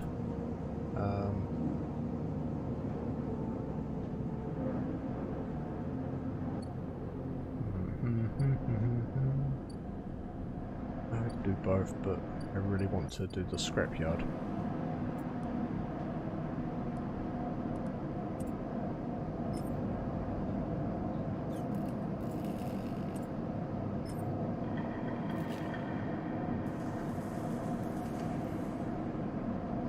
We put 100% into that. We can see what happens. There's a 5 give me in there anyway. 50-50, okay. And a 3 is... yeah, okay. I'm already part way on this, so I do want to get this out as much as possible. Alright. That is good.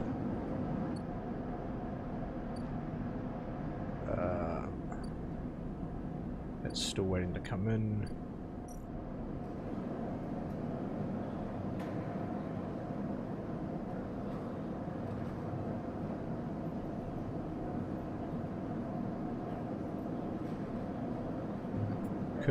Could have grabbed that, but I think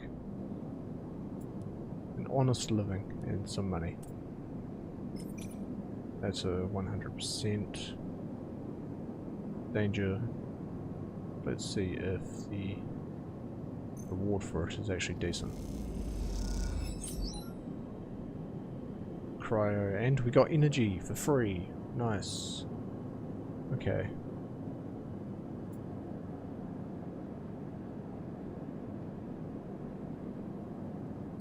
Okay, that's alright, we got paid, I guess.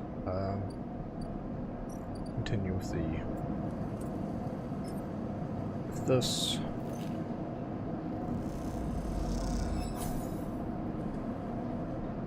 Alright, and it's got one more chip in it. We have enough for our next file. Again, I didn't grab an access point for that.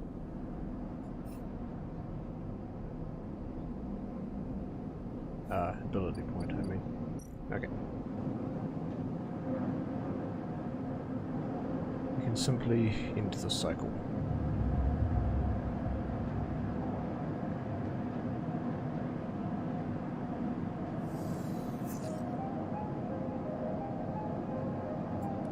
Okay, energy down. What does this actually give me?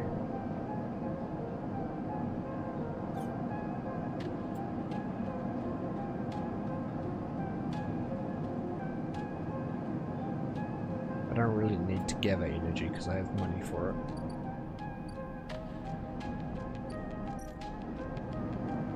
Right, you, I can spend a cheap one on.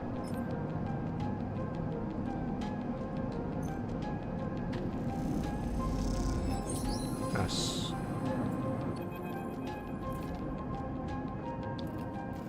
Final pieces of the winter lights sit in neat piles waiting for a collection shuttle from Havenage. Dragos has managed to sell the remaining pieces to the shipyards. In fact, that's hard to forget, as he's been telling you about it for the past 2 cycles. And all that remains is for Havenage to come collect. Look around the yard, transformed from when you first arrived. The mostly repaired drones flit back and forth, no longer buzzing unevenly or lost in dark corners. In the scrappers section, sorted. The system that you and Dragos have put into place over the past cycles is paying off. As you look, you notice the glow of pale light from the office by the entrance. That run-down cabin building, which houses all the records and spare equipment.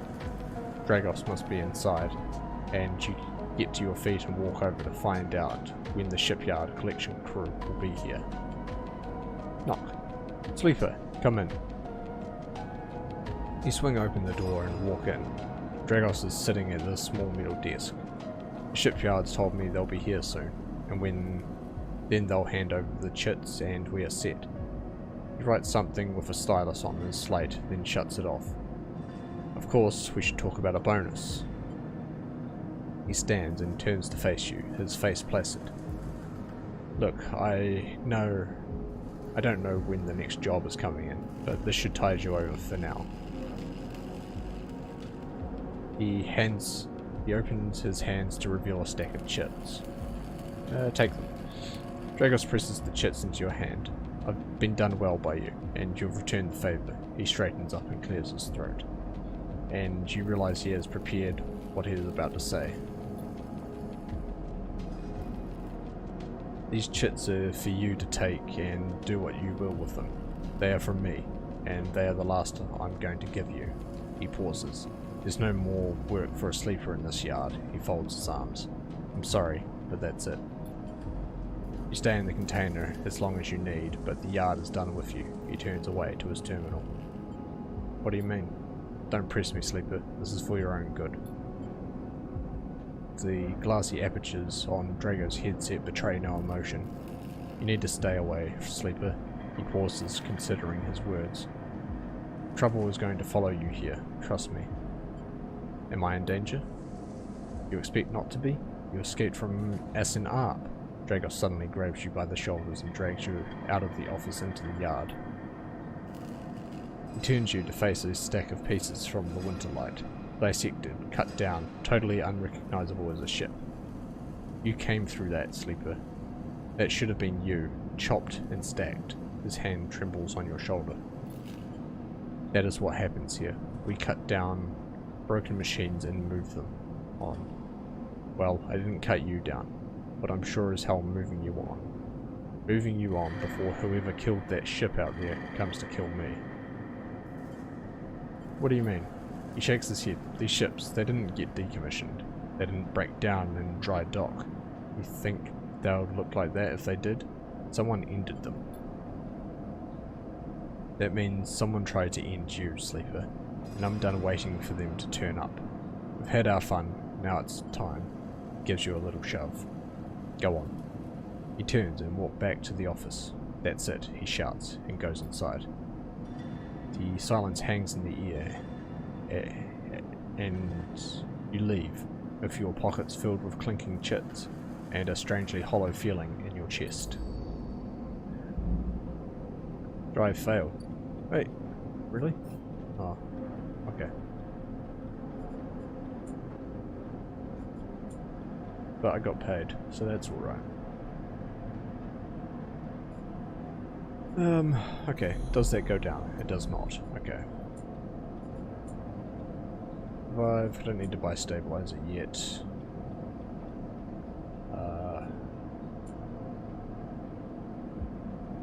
Need to extract Solheim Dieta.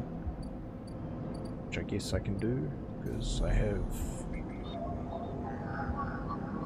This one needs a 4. I'm going to put that up.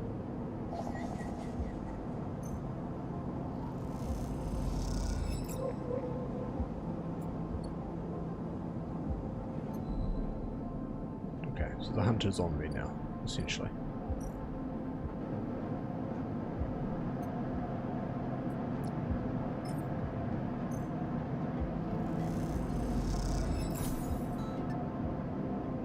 Hey, he's actually paying me for it as well. Nice.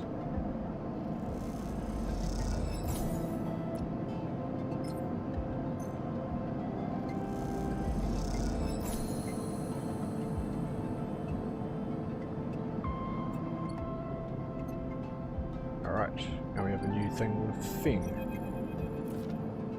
As you enter the bay, Feng is nowhere to be seen. The banks of servers and machines blink out of the dark in staccato rhythms, unseeing eyes of the station's digital ghosts.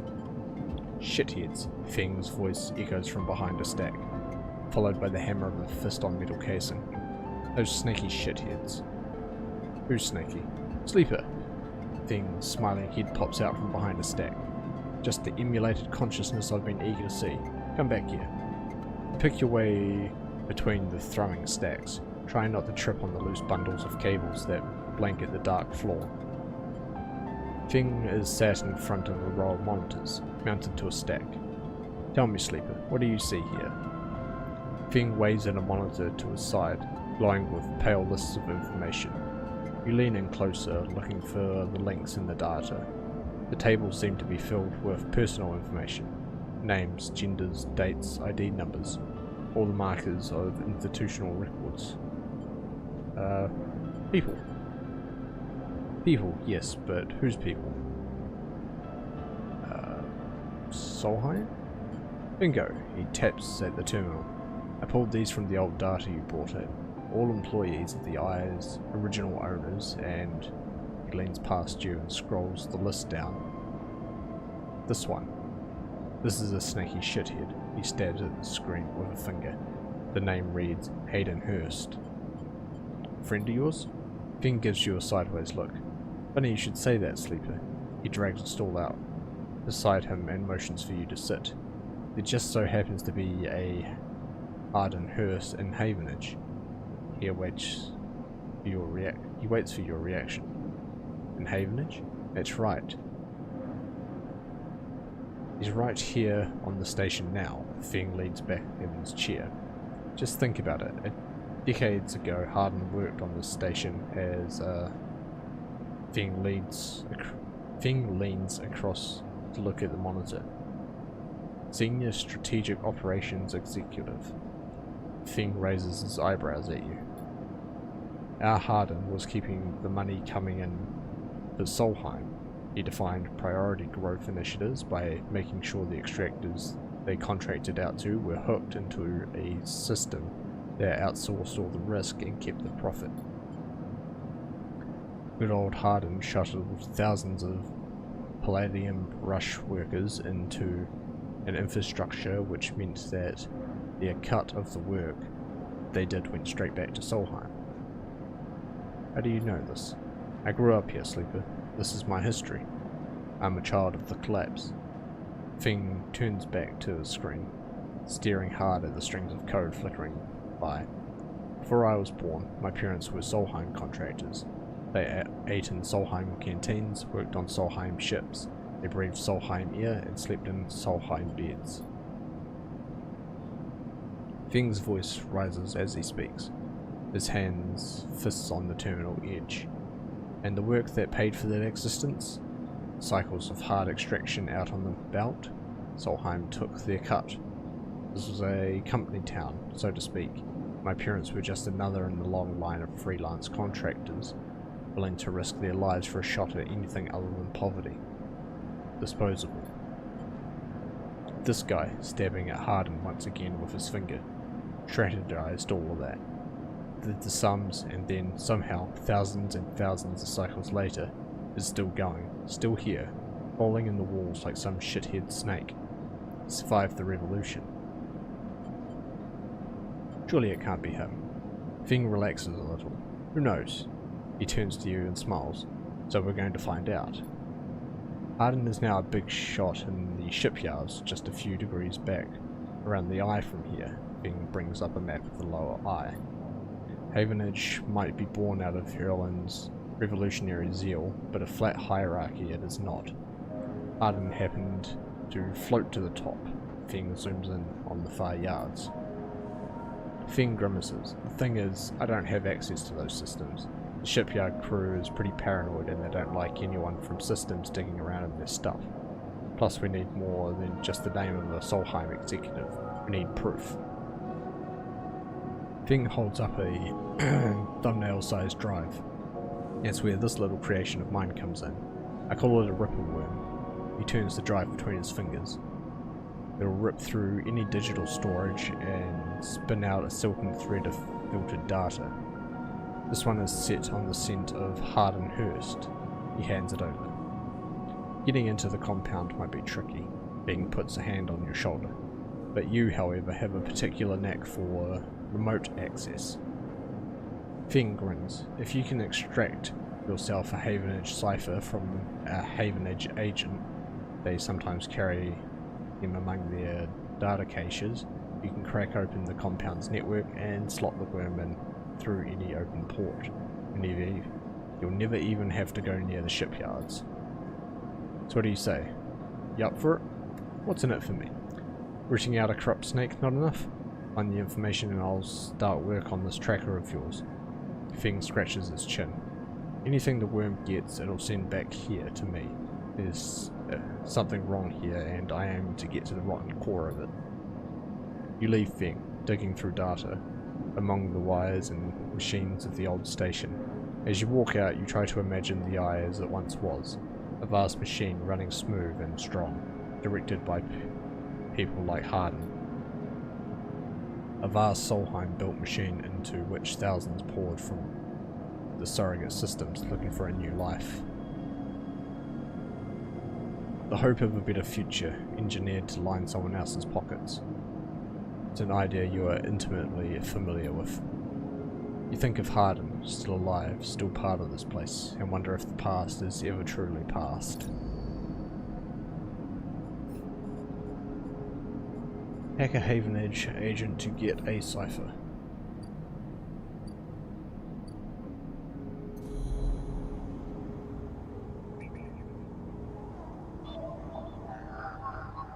What's that? Okay, so that needs a Havenedge cipher to get that. It's an agent, keynode, Havenedge agent, keynode, yet again agent. Okay.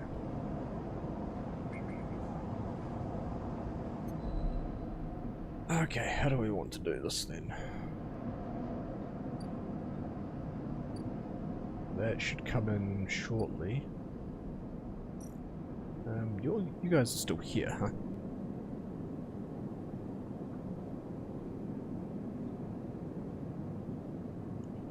Excuse me, I just need to adjust in my seat a lot. Oh! Yeah, I can't buy any more scrap. Can unload containers. What was it that gave me scrap? Engineer actions. Okay.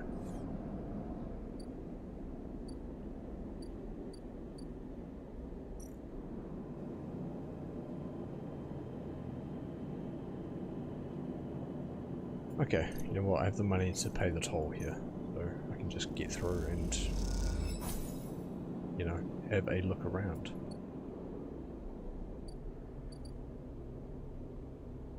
Low end, ramshackle residential district. Free Spoke. Carrying transit hub.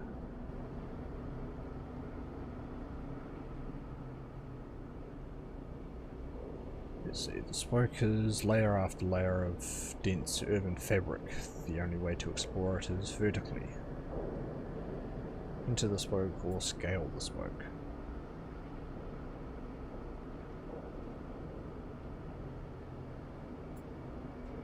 Requires bravery. Okay.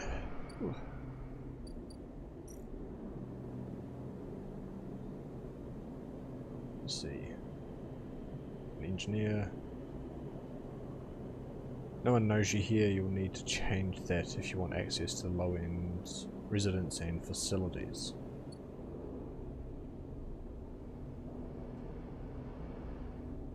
Okay. I feel like we should focus on one thing and one thing only.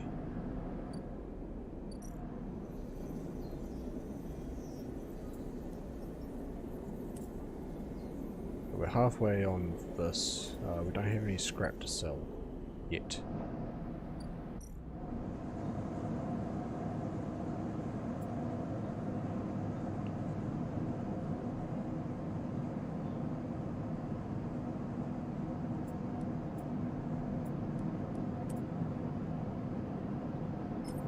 So it's a 50-50. That's 100%. Okay, I think I have an idea of what I want to do with these dice. So we can auto succeed here. No, we can't auto succeed because we have a -1. Okay, we'll play 50-50 then. Hey, nice. Push the trader +2, that's good. Now, if we can randomly get a chance for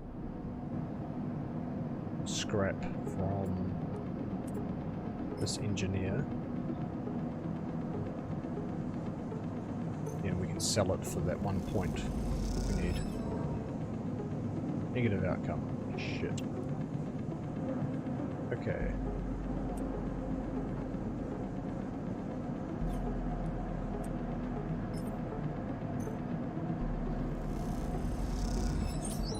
Here we go. Gave me some stuff, but didn't randomly give me scrap. Okay. But I am also low on energy, so I need to buy some food. Which I have the money for, because I am filthy stinking rich now.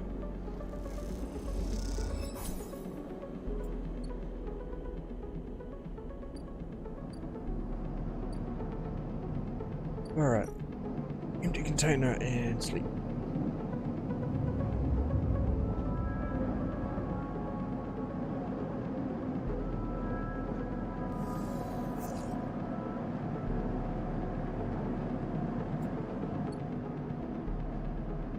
Okay, not great on the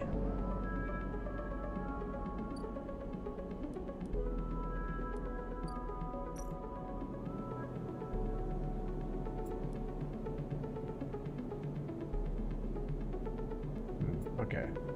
We do engineer maintenance on that, then we should be okay. Then we can build up ship on shipyard. I don't need to go that way yet.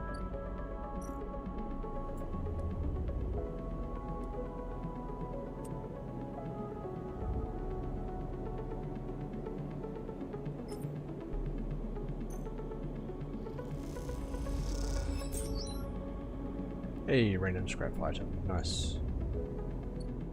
Got a good outcome on that. So, scrap.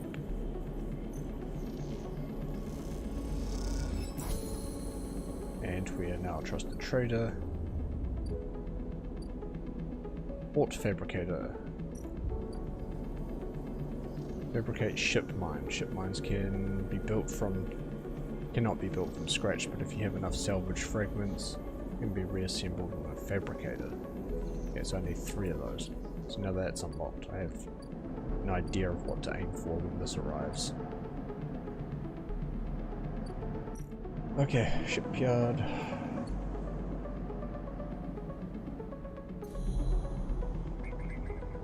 There's the gate. Where's the Havenage agents? What do they need? Okay, he needs a 2. He needs a 2. It's a key node. Yada gun. Key node. Alright.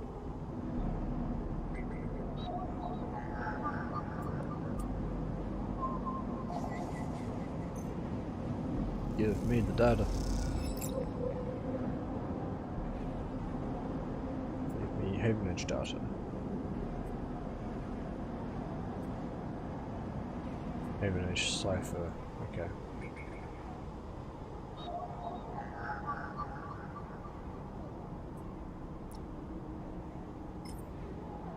This gate keeps traffic out. Okay, correct cipher can get you in.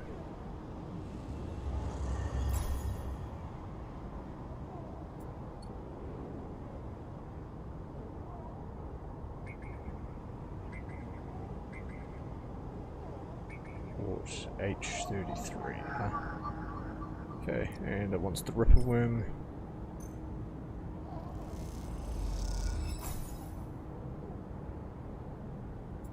Shipyard service slotted. Yeah, okay, it's unavailable.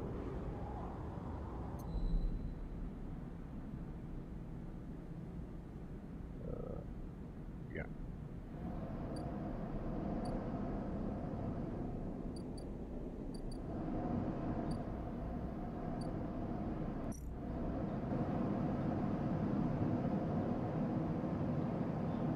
Okay, it takes a few cycles, so we can just wait for that now.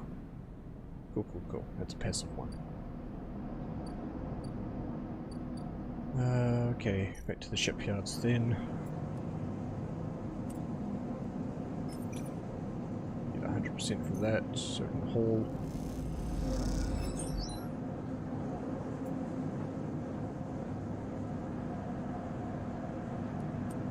What's that? Yeah, it's a 50-50. Not too interested in doing a 50-50 on that.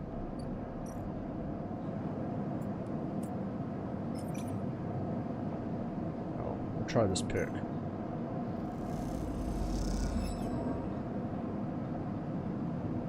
Negative outcome plus energy. Okay, so it just does give me energy.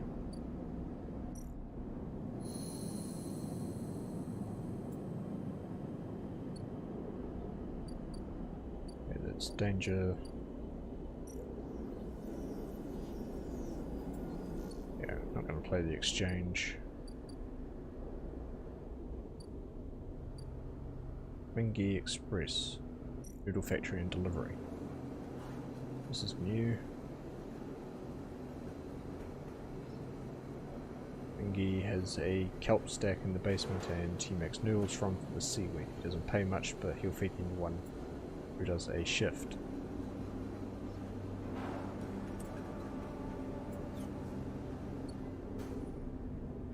Worth giving them money, I guess.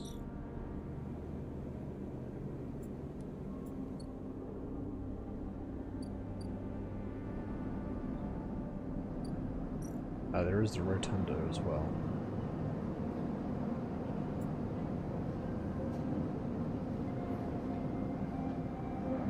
Steel dock plans.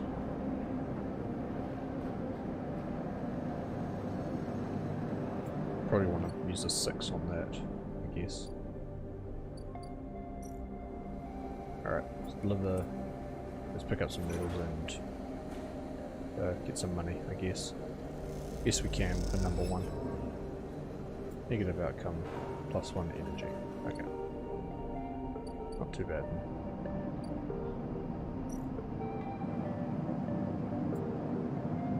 In cycle.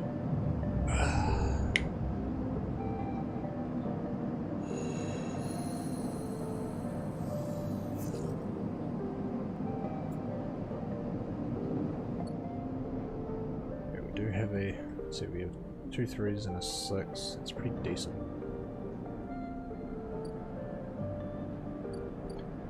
Hey, you're here.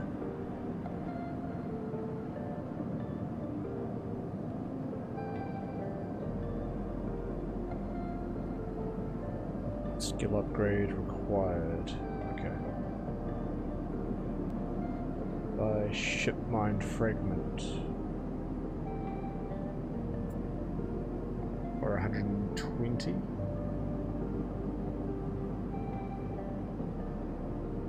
Already got 1.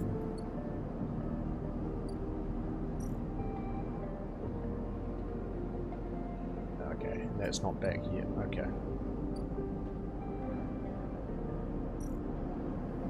Blow money on the ship mine fragments now. That'll leave me with 60. Still pretty decent as far as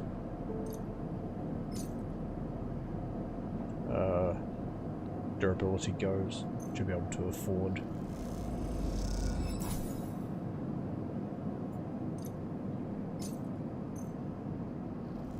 The suppressant or whatever it was later. Okay.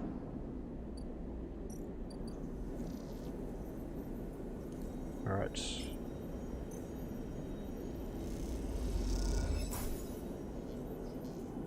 Ship mind core. The core of a ship AI amputated and in hibernation. Hey, there we go. Minecraft. That's the achievement I get. Nice. Okay. Chance to gain cryo interface actions.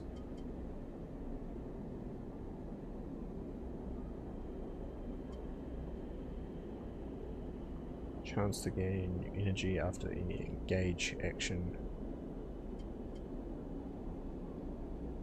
+1 to engineer would be pretty cool.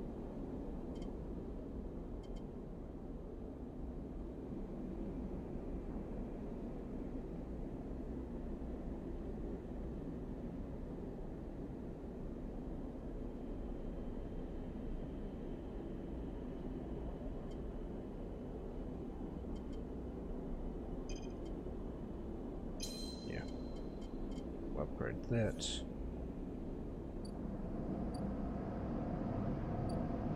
Okay, we've got 2 cycles until that arrives. And we've got 2 cycles until thing is done.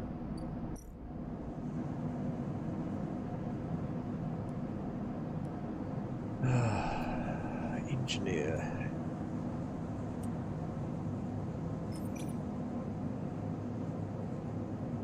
Gives the option to give scrap, which we need to sell. We'll need... We'll sell scrap here, right? Yeah, we can. Okay, that's fine then.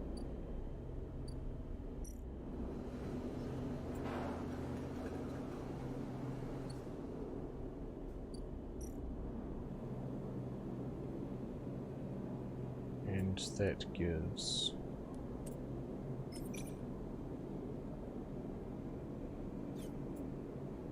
also need engineer for that, but I want to focus on the shipyard for now.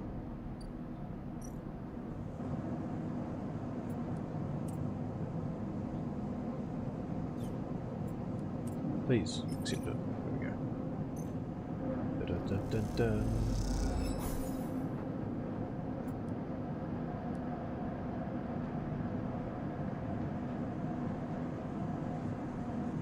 Okay, if I put in that, then it will max it out, so I'll go with that.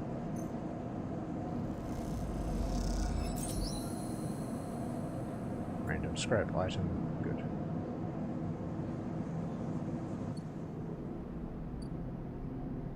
Lim and Mina. Now what's this? Assembly line.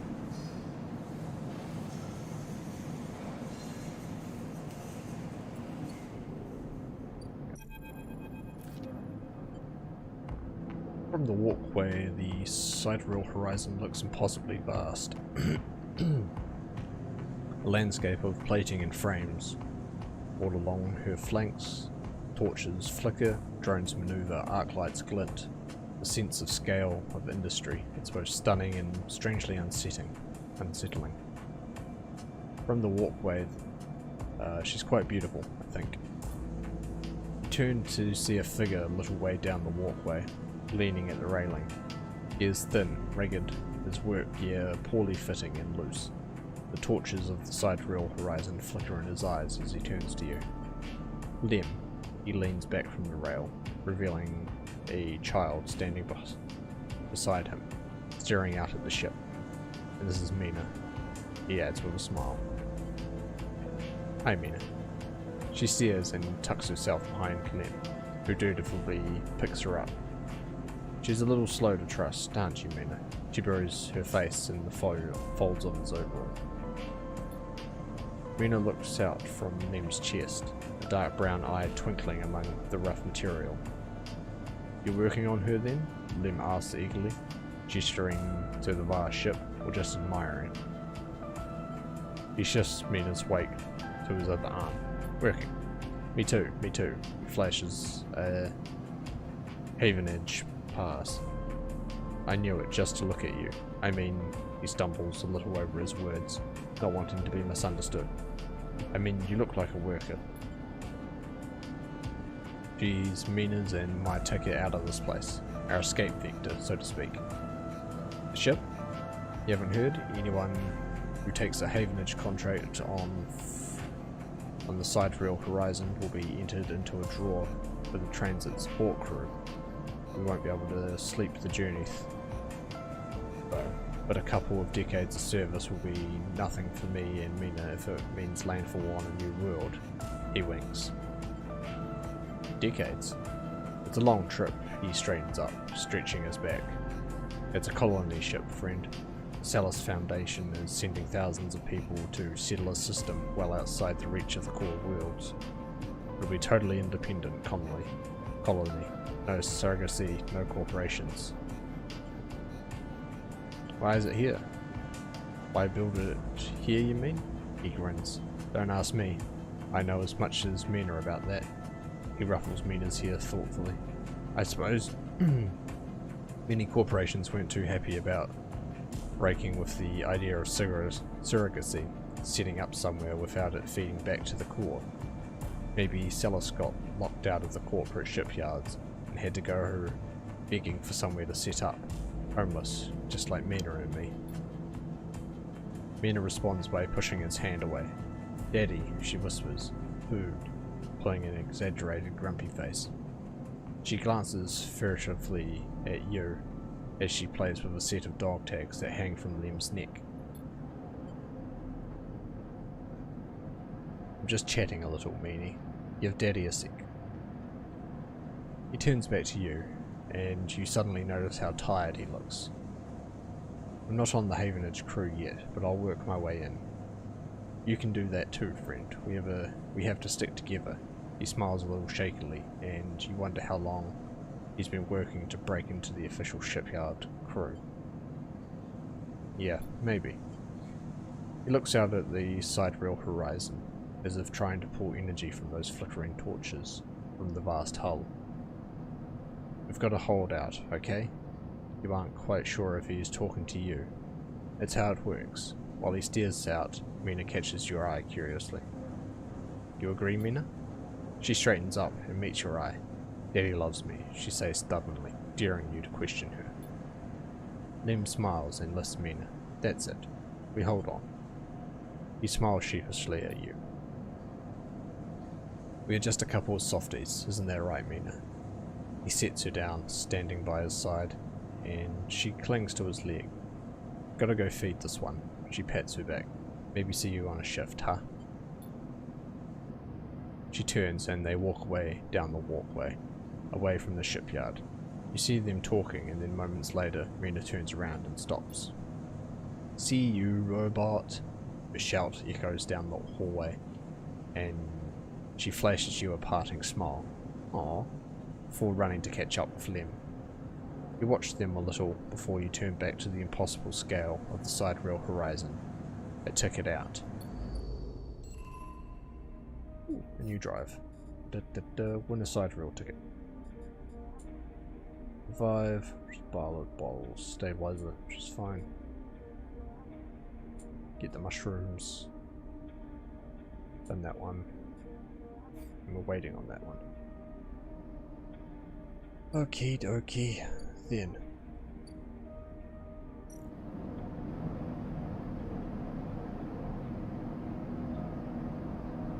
Wait, this is...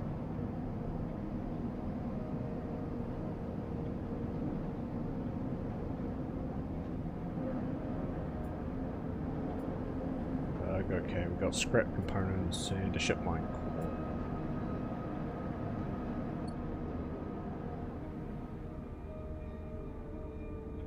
Let's see. So this is the assembly line, huh? So I could keep doing engineer work here.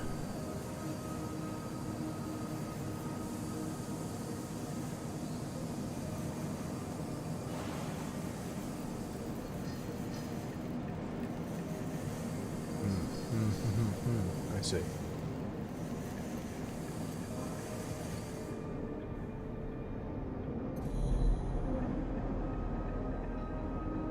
Okay, I should probably stop hacking since,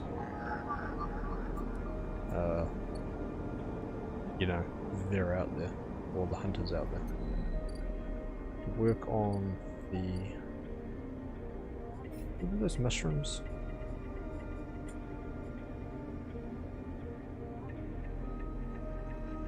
Okay. work on the low end then. As an engineer, it's only risky.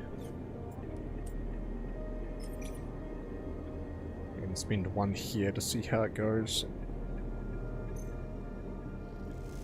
And then do one hack, I guess. See whatever else I get out of it. What are you? Yataghan agent. I don't really need the Yataghan agent. I'll just use this key node.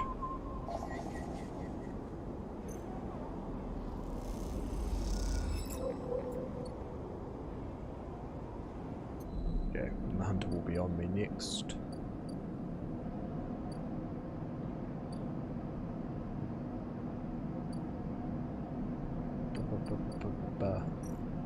No, it's not what I want. I want to sell scrap.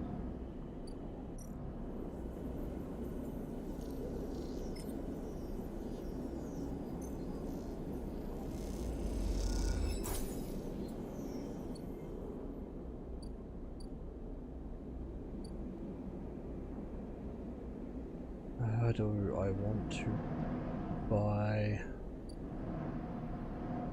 Oh, we're working for money for now, so might as well buy some food.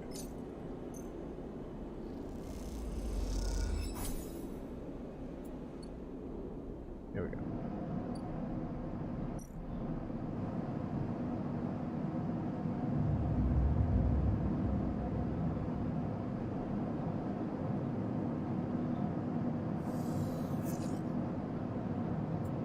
Alright. Not great options, but okay. Okay, we've still got to wait till the next day for that. Might as well just work on engineer stuff.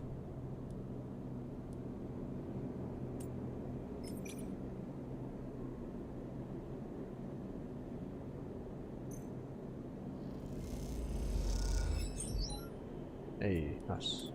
Positive outcome.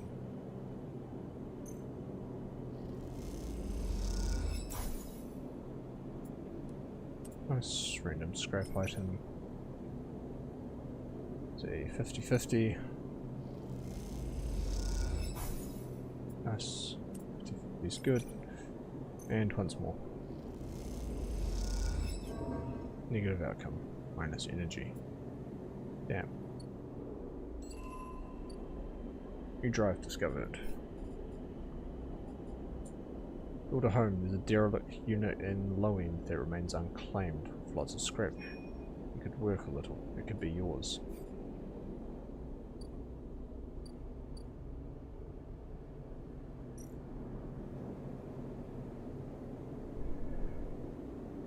Okay, so if I get 4 scrap, which is currently my money. Okay. I think we'll need to work going forward because I don't think I've done much else. Tambor tea house. Okay, not that. Tracking Havenage. I've heard that the Yataghan Enforcer based here has been paying low-end residents for information on Havenage movements. Well, here you go. I would take money, please. Yeah, plus 10. Yuck. Gross. Weak. Alright. Let's sleep.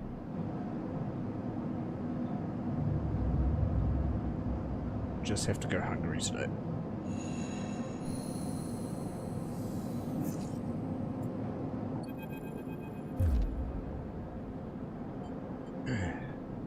Hold it there, sleeper, comes a voice from behind you. Don't you run. Stay still. Good, good. A hand pats your coat down. You know your master's voice. Heathen spins you around. He is wearing a wide smirk and a slick jacket, and you immediately know he is terrible news. You got all the way out here and then stayed put. He laughs a cruel laugh. That a sleeper thing? You're my first. You barely hear him. You've noticed the handgun he has leveled at your chest, and it's hard to take your eyes off it. He reaches down with his other hand and slips some kind of ring out from a belt loop, without taking his eyes off you. Making it to the eye though, that's pretty good. This place isn't so bad. Bars, markets, people. I pull most of my contracts out of the asteroid caves or off godforsaken moons. He splits the ring into 2 perfect circles. It's hard to hit civilization when there's so much space to pass through. Who are you? Just a freelancer on a contract. He reaches over to slide the rings around your wrists. Go easy. Make a break for it. You see a chance the moment his eyes leave you to watch the rings. You spin, knocking him away, sprinting down the corridor. Then the shot rings out, echoing off the metal so loud it hurts your ears. A bullet hole smokes in the wall beside your head. You freeze and Ethan closes the gap. This is a very boring routine, trust me. I've seen it all before. He slips the rings over your trembling wrists. Ethan nudges you to start walking. Through the ship and home, he whistles. Going easy. You stumble down the corridor, your hands behind you, your mind racing. We can work this out, can we? I don't see much in the way of assets in your possession. Ethan yawns and continues to nudge you down the corridor. Shame to come all the way out here just to head back to Essen Arp right away. That tracker of yours makes this too quick. I was hoping you'd put a bit more of a chase, you know. A running battle throughout the Bright Market maybe, or a holdout on the low end. There's a few establishments I would have enjoyed checking out while I asked around. You walk on in silence for a little longer, desperately trying to think of a way to escape. The Essen Arp tracker will be the death of you. Hey, I have an idea. Ethan interrupts your thoughts. How about on the way back to the ship, we stop for a drink? I'm buying. He laughs at his own joke. I have a better idea. This better not be one of those where you do a dramatic pause and then try to jump me, because I'm pretty tired of that. Although, muses Ethan, I've got myself thinking, what's the rush here? Here we are in one of the most lawless joints in the surrogate systems, and we are heading for the exit. He pauses, and you trudge on in silence. Okay, here's the idea. You and me, we'll make a little agreement. Here are the terms. He turns you to face him. You run or leave or try to abandon the eye, I shoot you. You plot or scheme, you try to kill me, I shoot you. But you come meet me at an establishment of my choice every few cycles, and you pay my tab. I don't shoot you. He pauses. You don't pay my tab? He rattles his handgun. You get the idea. I get it. Okay then, it sounds to me like a deal. He stretches. You know, I really thought I was going to have to kill you, but so much better. He clicks something in his belt and the rings release from your wrists. I'm going to see if I can find my old store at the Compressor Club. Come see me there. He aims the handgun at you, squinting down the sight. Let me just remind you, that body of yours is one big tracker, so don't even think about leaving the eye. Oh no. Ethan turns and strides off down the corridor, slipping his handgun away. The mix of relief and terror you feel is overwhelming. What are you going to do?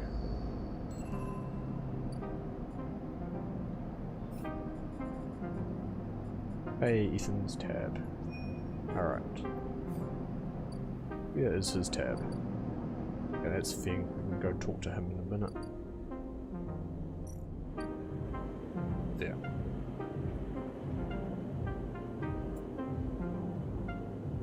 Okay, so it's every 4.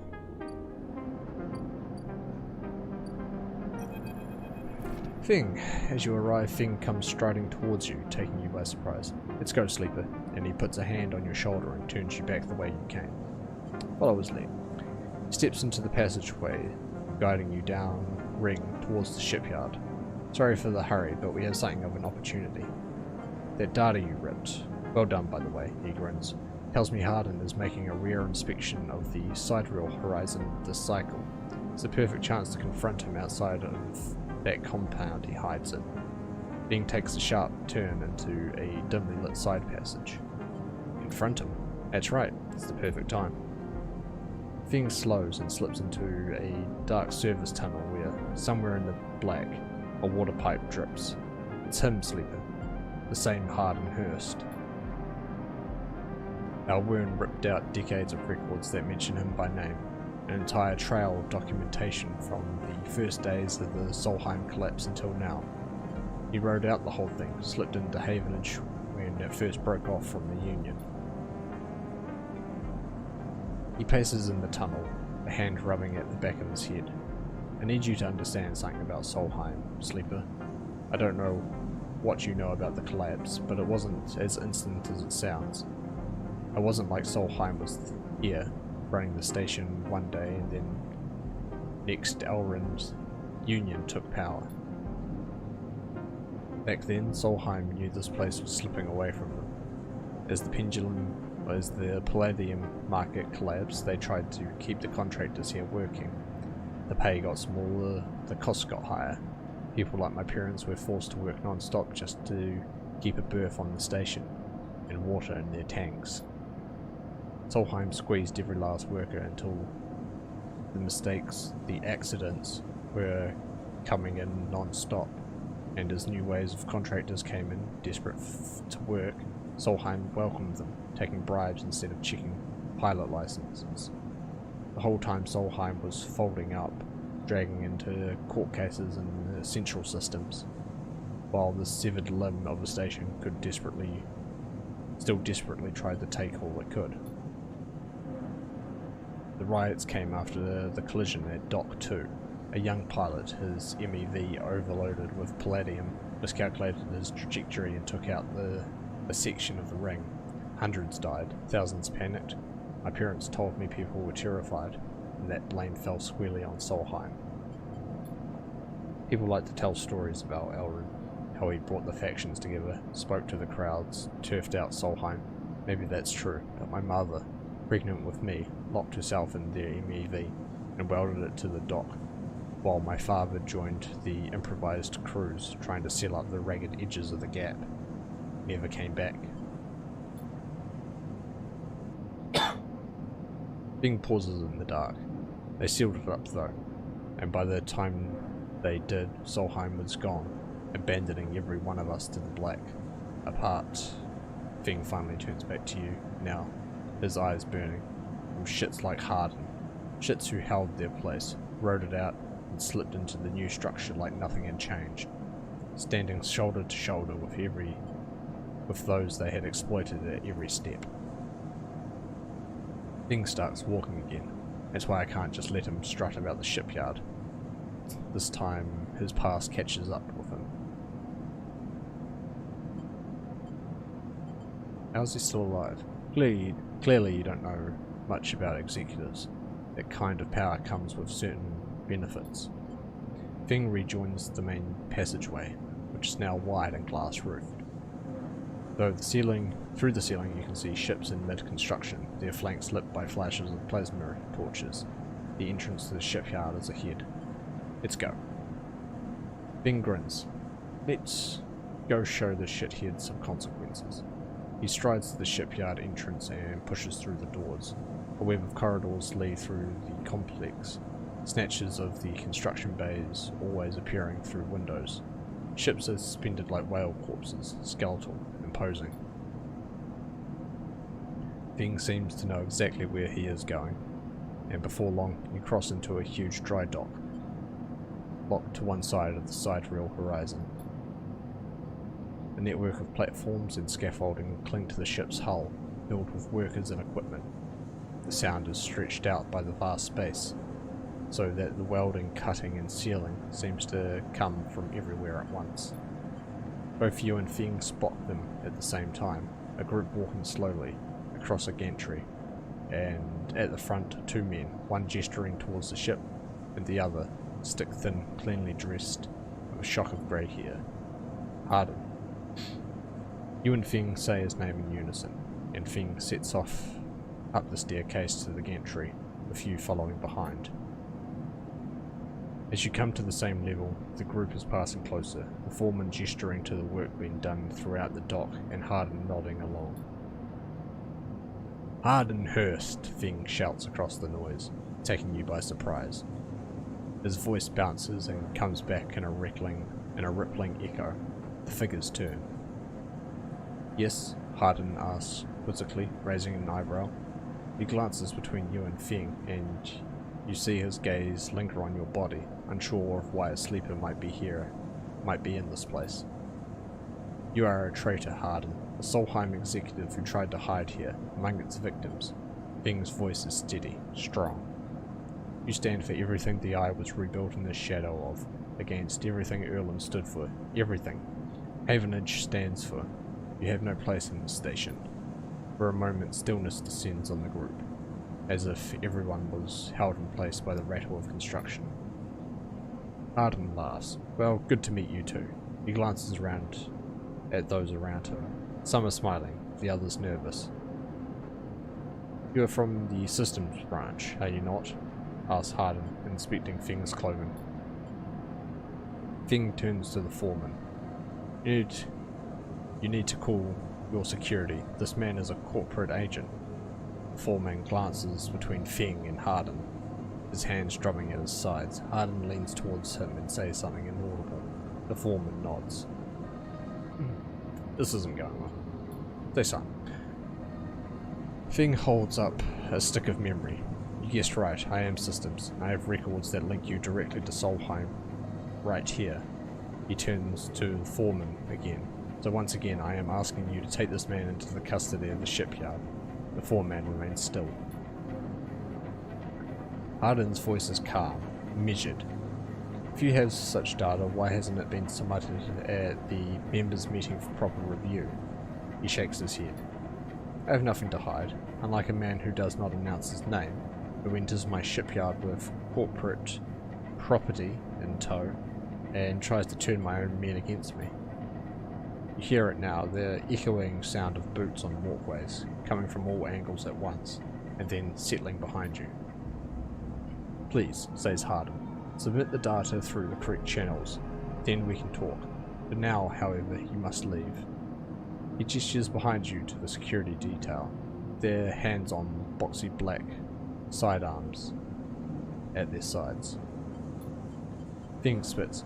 "Harden, you shithead. You can't wriggle out of this one." The security officer draws their weapon and levels it. Fing turns and stares him down. "Calm, Fing." You look at Fing. He shakes his head and puts a hand on your shoulder. "Let's go," says Fing. And he pushes through security, heading back down the walkway. Once security has walked you out of the shipyard and nudged you back into the corridor, Fing picks up pace. You try to keep up as he slips into the shadows of an entrance. Fing is grinning ear to ear. "You know, Sleeper, sometimes people are exactly how you expect them to be." Something pings in his pocket and he takes it out.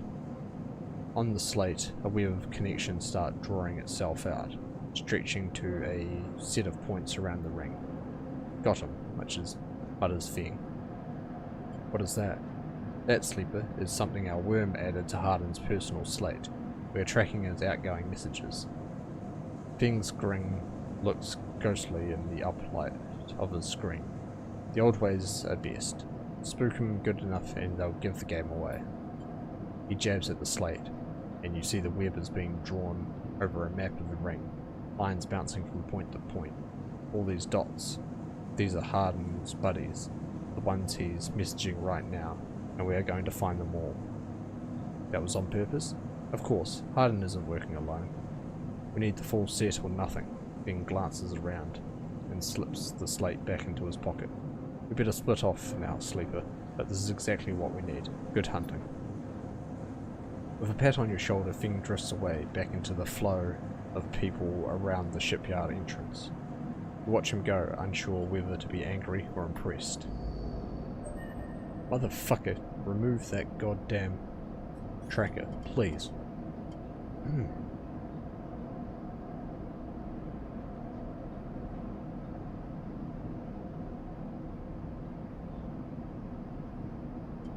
Alright, okay.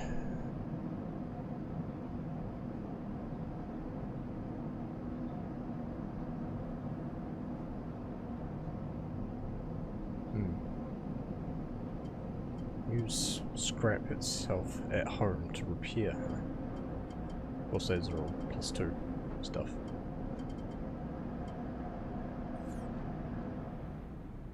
Let's see. Unit assembly.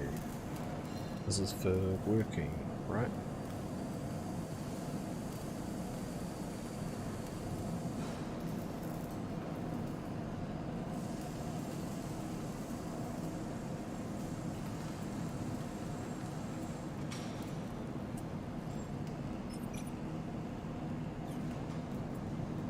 Okay, so we have 3 4s.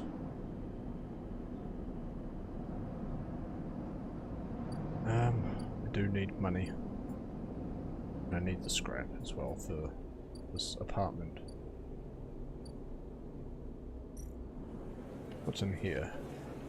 Okay, that's for the Haven Edge data. Haven Edge offices.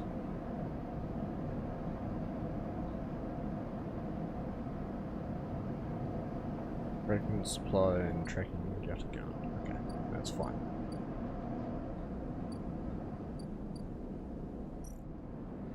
Still waiting for these guys to come back. These guys will be... no, I can't do anything with him.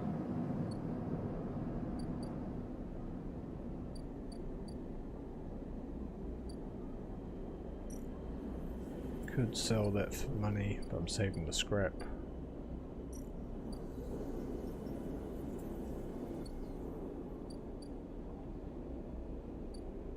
Do need the food. Kinda really need money.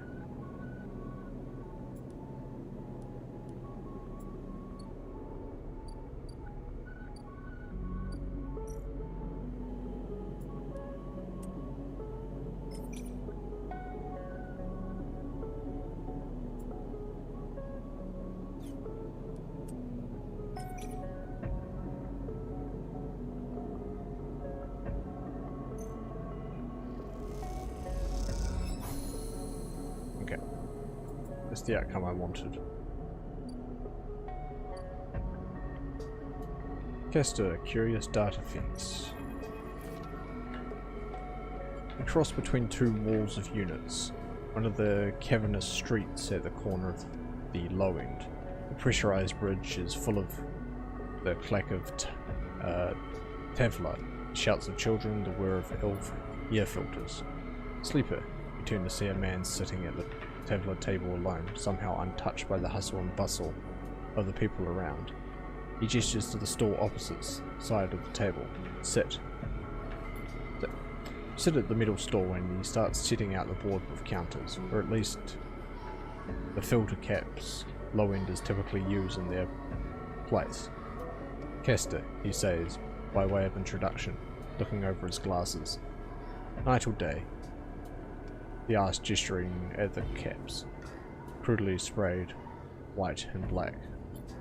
Day. He rotates the board so white caps are in front of you. Let's begin. Take a plastic die, each pitted and worn, and roll to determine who starts. Kester rolls a 6. You roll a 4. I lead. He smiles and begins to move the first cap precisely along the board. Play passes back and forth between you, the dice changing hands as the caps spread along the board. As it does, Kester speaks, eyes not leaving the caps. It is unusual to see a sleeper on the eye. That's why I wanted to play you.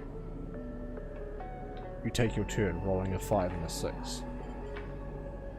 Play carefully. After all, a sleeper's mind must be somehow different to a human one. Being emulated, I mean. As Kester talks, you build up a wall of caps, stacking them safely across the board. Progress is slow, but you remain unexposed. I don't mean to offend you, Kester meets your eye. I merely see what you are by definition different. What has been subtracted in the emulation? What has been added? He slides a single cap into an open point, a risk and an opportunity. He hands you the device. Do you ever think about this, Sleeper? About what you were before and what you are now? Never. You roll a double 6 and slide your caps out of danger. Castor sucks his teeth. The running game, I understand. I look back when you can look forward. He rolls the dice and strikes your exposed cap, sending it back to the beginning. But there are limits, Sleeper. We will come from somewhere. You more than any of us. The past you is not just an idea, a concept for you. It is a living, breathing person. He looks up over his glasses, his eyes bright and wide. You split from them like a shadow splitting from its caster. They may be sleeping now, yes, but one day they'll awake and carry on with their lives, unaware of your fate, no matter what it may be.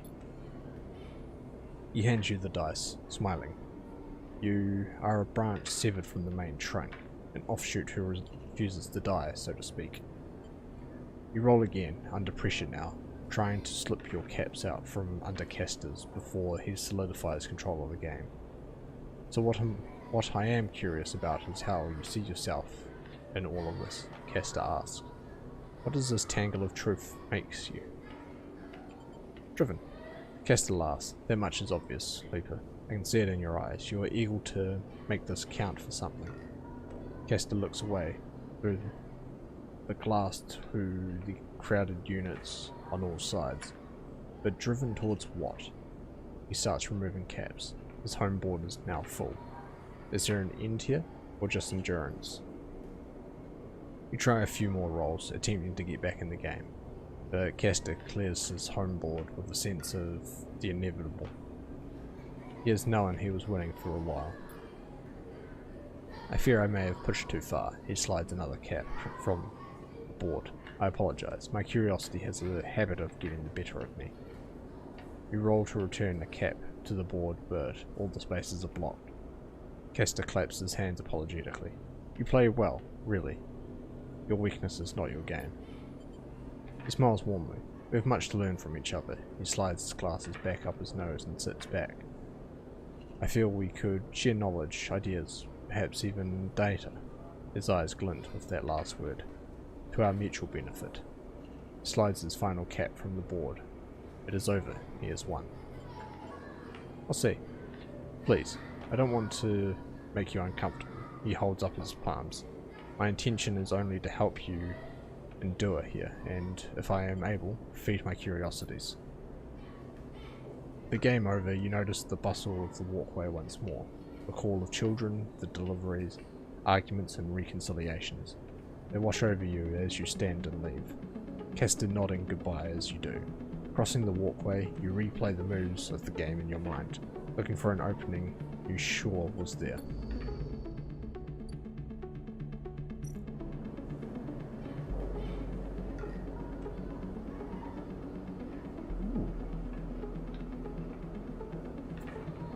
I see. Okay, so he wants it sold to him in bulk.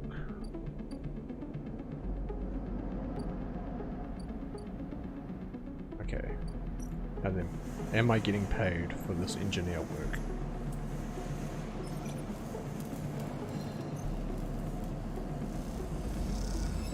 Yes, okay. Let's do the welder's mates. And I should be able to get, siphon some scrap off this as well. Oh boy, I am getting tired. Okay, yeah.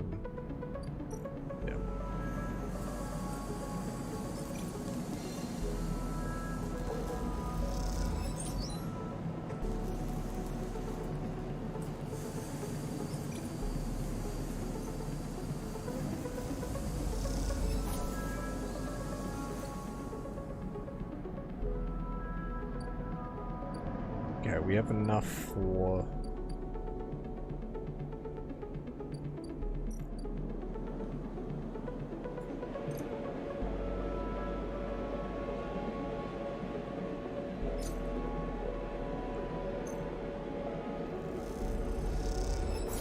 I want to keep maxed out on the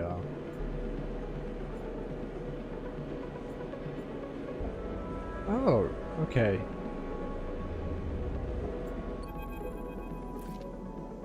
As you quickly leave the surgery, eager to be away from Toshiro's glare, you notice something wrapped around the stabilizer vial, clutched tightly in your hand.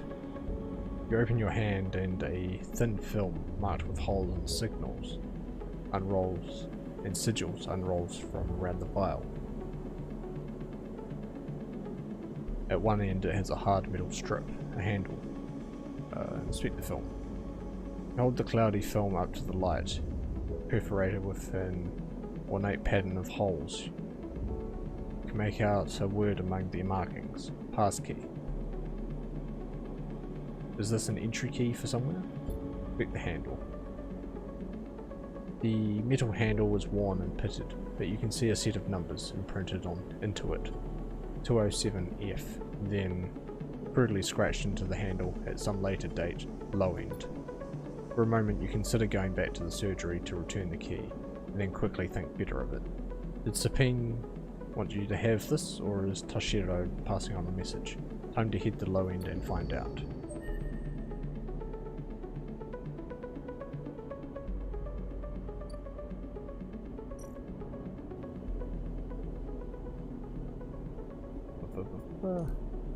Here we go.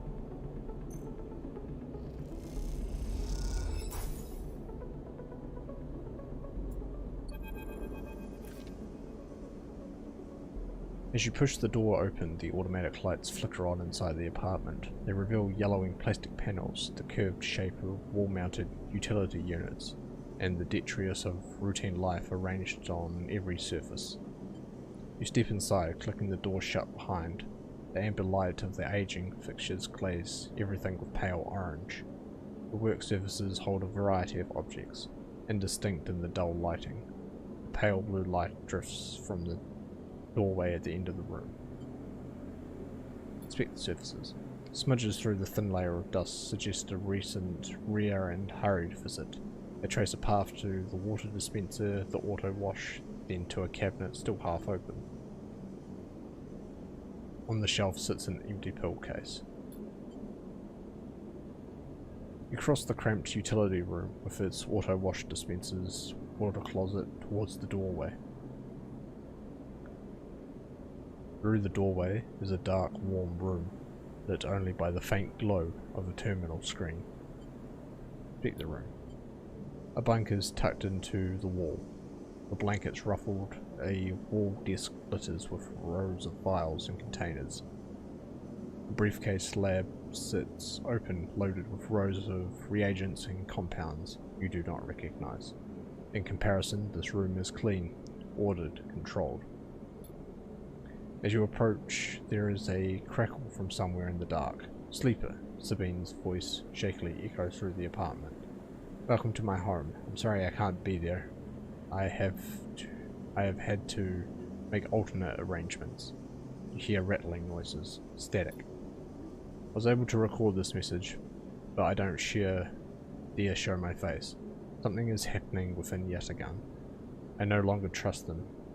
Their voice becomes distant, slipping behind the background noise. I have something to ask of you. I want you to get me out. Yatagan were supposed to hide me, to protect me.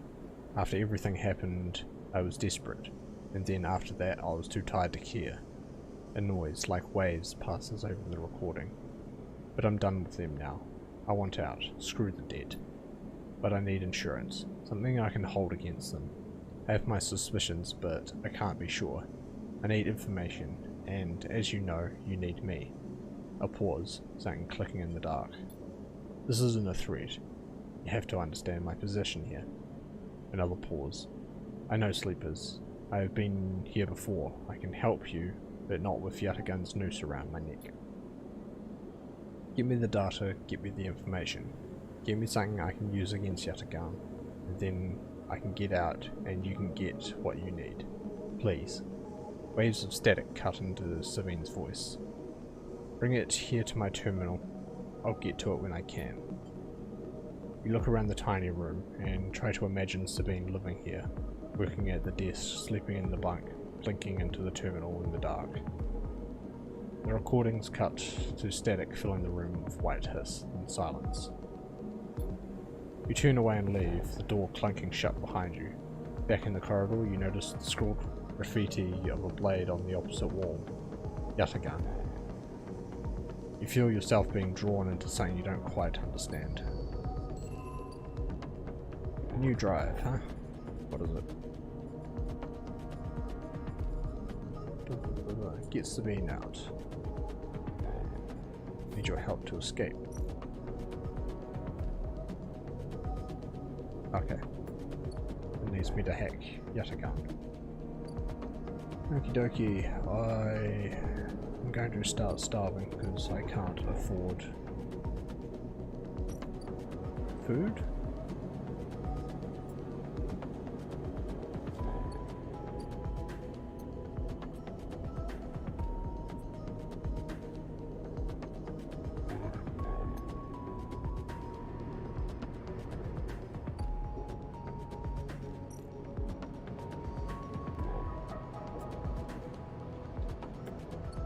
Okay, it's another one, huh?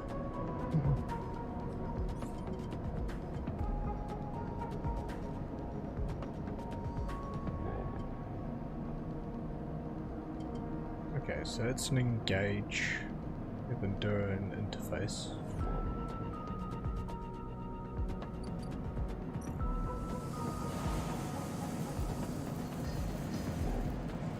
Pretty decent on engineer.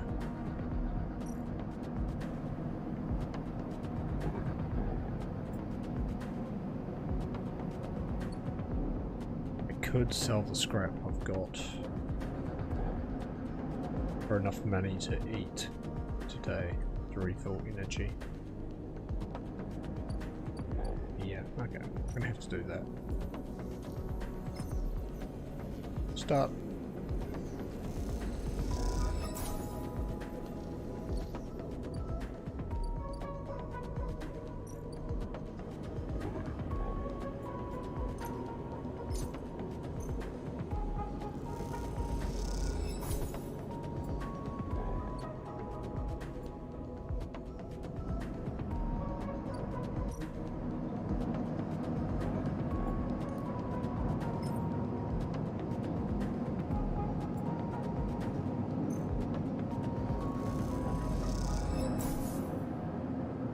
Repaired, condition stabilized, energy up, insight. Well, the food gives me +3, is it? Okay.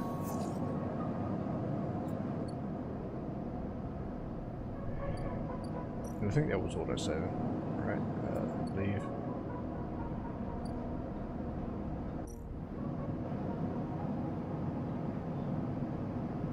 Okay, and Fing's just been missing, so he won't be around. They've left, they're back tomorrow. Next cycle, I should say. And I need money.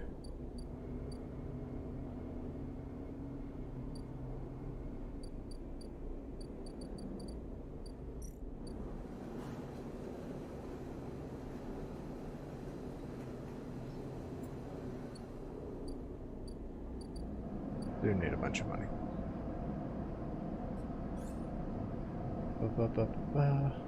I have 2 upgrade points actually, so repair myself with scrap. Or I can give myself a +1 to something along with the perk. I'm going to keep using the engineer for that.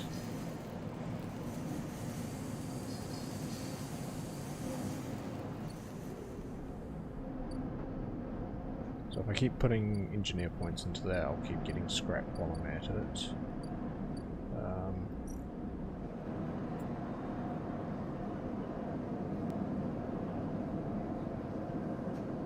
That's engage, that's Intuit. I think we're just going to have to remove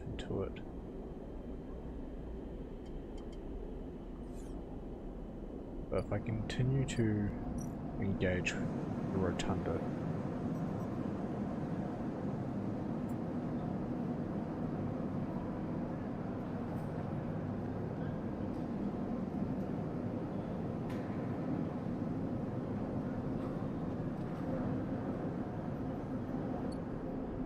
whether or not that actually gives me anything. You want engage for risky business. Engage might give me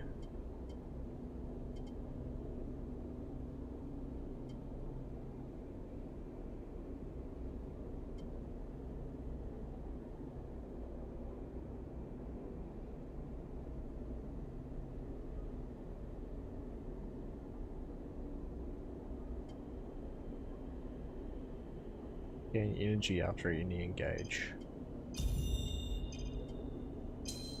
and then a +1 to it. Give me a bunch more options. Alright, I think that's a good place to stop for now. And quick to menu. Okay. Oh, actually played quite a long time. My voice is slowly dying. So I will see you tomorrow, similar time for Northern Journey, which will be a lot easier on my throat, I believe, and then back to Citizen Sleeper for the day after. Thank you for watching, bye bye.